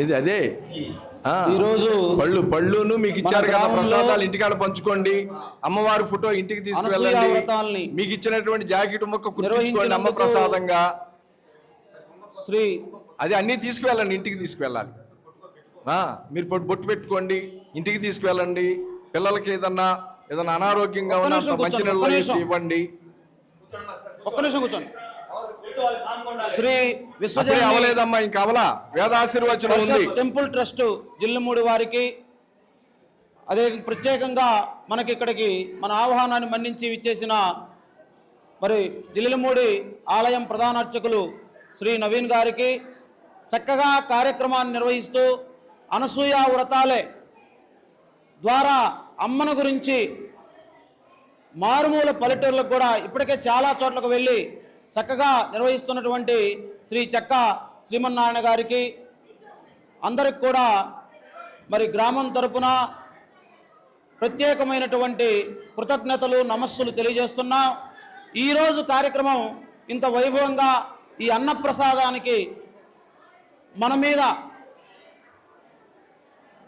మరి గ్రామం మీద అనురాగంతో ఇంత గొప్ప కార్యక్రమానికి మూల కారణమైనటువంటి వారు శ్రీ నండూరి విశ్వనాథ శర్మ జలజలు. వారికి వారి మామగారు శ్రీ రేటూరు భాస్కర్ రావు గారి జ్ఞాపకార్థం ఈ కార్యక్రమం ఏర్పాటు చేశారు. వారికి ఒక చిరు సత్కారం అంటే ఒక అమ్మ ప్రసాదం లాగా మన ప్రధాన అర్చకులు గారు అట్లానే చెక్కా సిమన్ అన్నయ్య గారు వారికి ఒక దుశ్శాలువాతో సత్కరిస్తారు.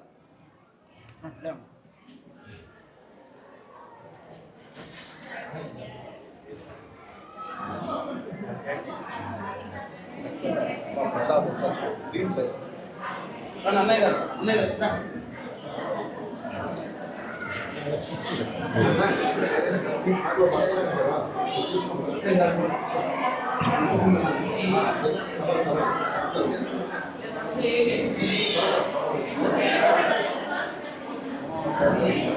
అమ్మ రండి, మీరు కూడా రండి.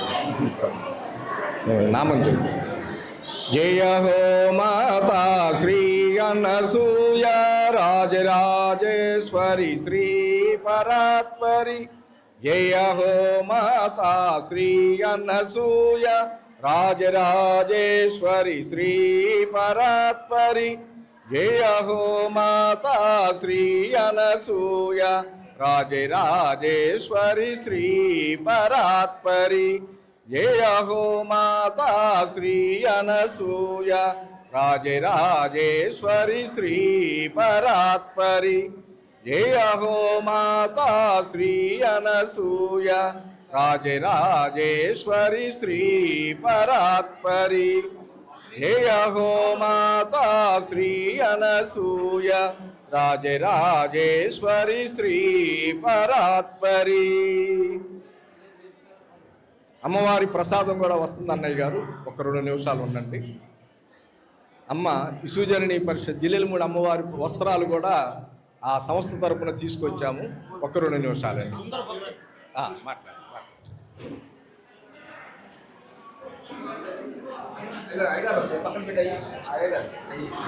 అమ్మా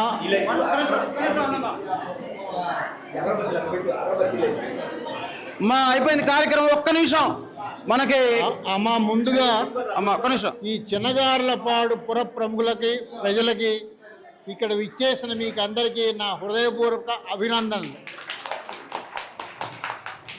మీ ఊళ్ళో మేము ఏదో కొత్త వాళ్ళం వచ్చాము, ఎందుకు వచ్చామని మీకు మనసులో చాలా అనుమానాలు ఉండొచ్చు. అవి మీకు అందరికీ ఒక నిమిషంలో మేము ఎందుకు వచ్చాము, మేము ఎవరు మీకు ఒక నిమిషంలో నేను చెప్తాను. నా పేరు విశ్వనాథ శర్మ, మా మిసెస్ పేరు జలజ, మా స్వగ్రామం నండూరు, పొన్నూరు దగ్గర నండూరు. నేను బాపట్లలో చదువుకున్నాను, తర్వాత ఇంజనీరింగ్ చదువుకున్న తర్వాత ఆర్మీలో 30 సంవత్సరాలు నేను ఆర్మీలో పనిచేసి రిటైర్ అయినాను. ఇది మా పిల్లలు 2 అమ్మాయి అబ్బాయి ఉన్నారు, వాళ్ళ పెళ్ళిళ్ళైనా వాళ్ళ కాపురాలు వాళ్ళు చేసుకుంటున్నారమ్మా. ఈ చిన్నగార్లపాడు మేము ఎందుకు వచ్చాము, దీంతో మాకు సంబంధం ఏమిటి అనే దానికి ఏంటంటే, శేషాద్రి గారి సోదరులు మన సికింద్రాబాద్ వినాయక టెంపుల్లో ఆయన ఒక ముఖ్య పూజారి గారు. మేము వారం వారం ఆ దగ్గరలో ఉంటాం, వారం వారం నేను గుళ్ళోకి వెళ్తూ ఉంటాను, వారితో బాగా నాకు పరిచయం అయింది. అందుకని ఆయన ఈ ఊళ్ళో ఈ దేవాలయాలు దాని మరమ్మతులు అభివృద్ధి చేయడానికి దానికి నాకు గత 2-3 ఏళ్ళ నుంచి నాకు తోచిన సహాయం నేను చేస్తూ వచ్చాను. వారితో నాకు బాగా పరిచయం అయింది.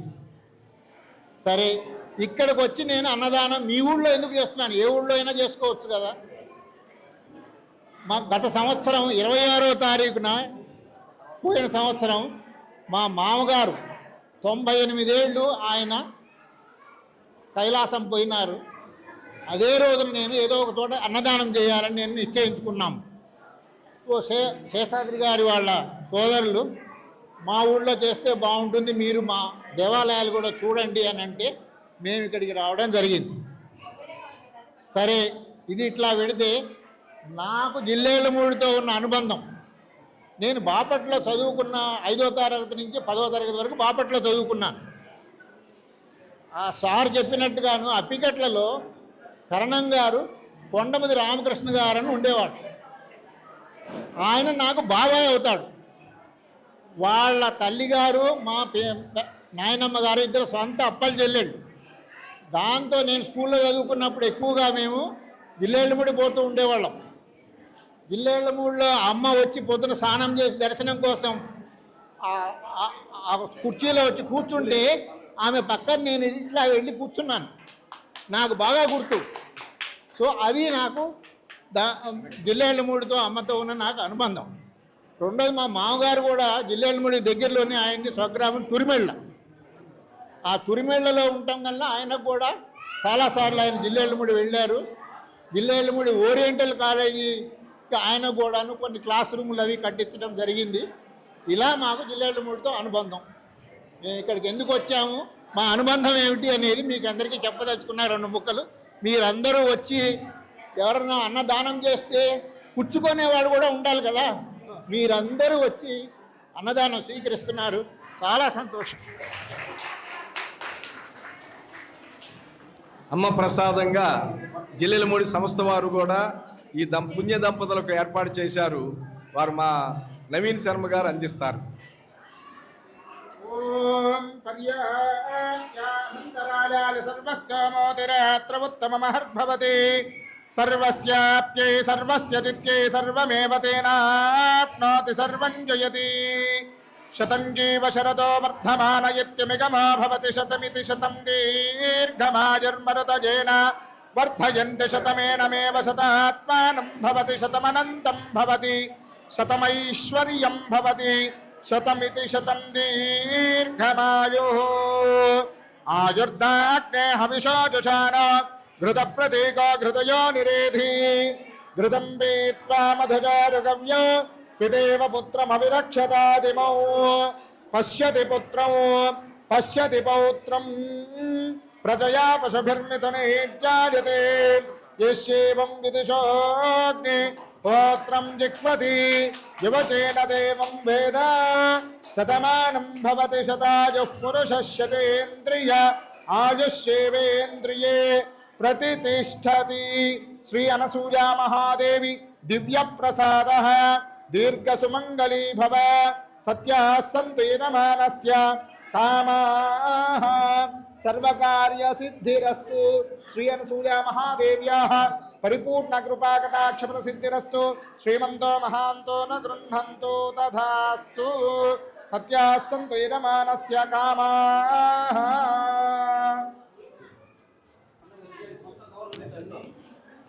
అన్ని కవర్లు పెట్టి చేరుకో. శ్రీ మహాకాళి మహాలక్ష్మి మహాసరస్వతి అందరూ పూలు ఉన్నాయని చెప్పండి, తన పూలేసి అప్పుడు చాలా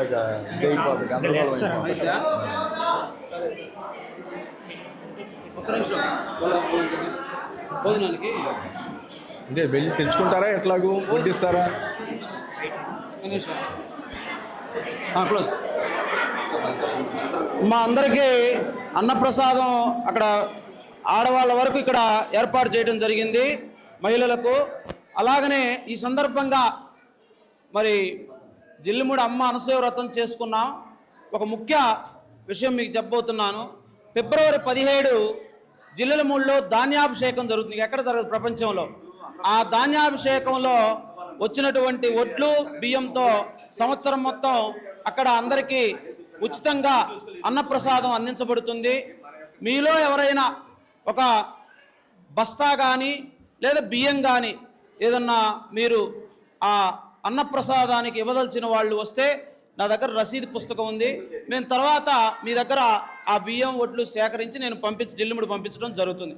మీరు ఆసక్తి ఉన్నటువంటి వాళ్ళు, మీ స్వేచ్ఛది, మీరు ఆసక్తి ఉన్నటువంటి వాళ్ళు ధాన్యాభిషేకానికి ఆ బస్తాకి సంబంధించిన ఒడ్లు కానీ లేదా బియ్యం కానీ దానికి సంబంధించినటువంటి డబ్బులు కానీ ఏదైనా సరే మీరు అక్కడ భోజనాలు ప్రారంభమైనాయి. అవకాశం ఉంటే ఒక బస్సు ఏర్పాటు చేస్తాను, ఛార్జీ తీసుకుని అందరూ వచ్చి కార్యక్రమాన్ని సరే చెప్పండి. ఓకే. ఇంకా ఎవరైనా రాద్దామండి ఒక్క నిమిషం. ఇప్పుడు అన్నయ్య గారు ఇంతటి గొప్ప కార్యక్రమాన్ని నిర్వహించినటువంటి శ్రీమన్నారాయణ అన్నయ్య గారికి, అట్లానే ప్రధాన అర్చకులు నవీన్ గారికి, మా అనసూయ మాత ట్రస్టు చిన్నగార్లపాడు వారి ద్వారా ఇది కూడా అమ్మ ప్రసాదమే.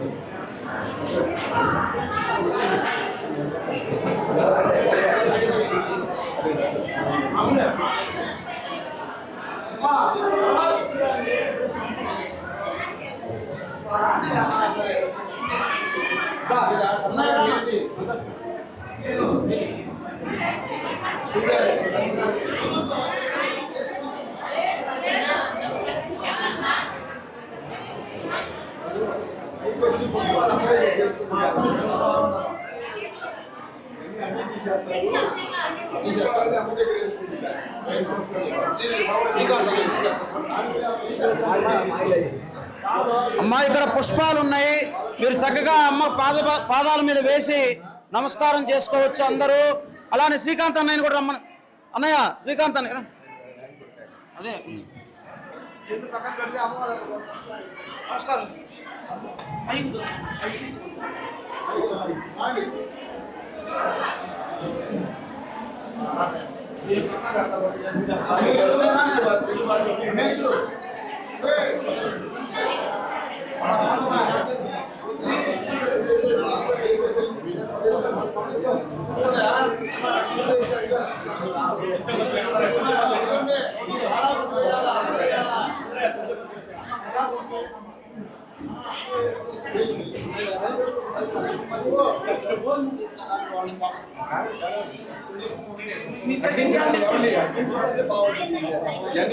వైపులు ఉన్నాయి అమ్మా, అట్నుంచి వైపు రండి, వైపులు ఉన్నాయి కదా.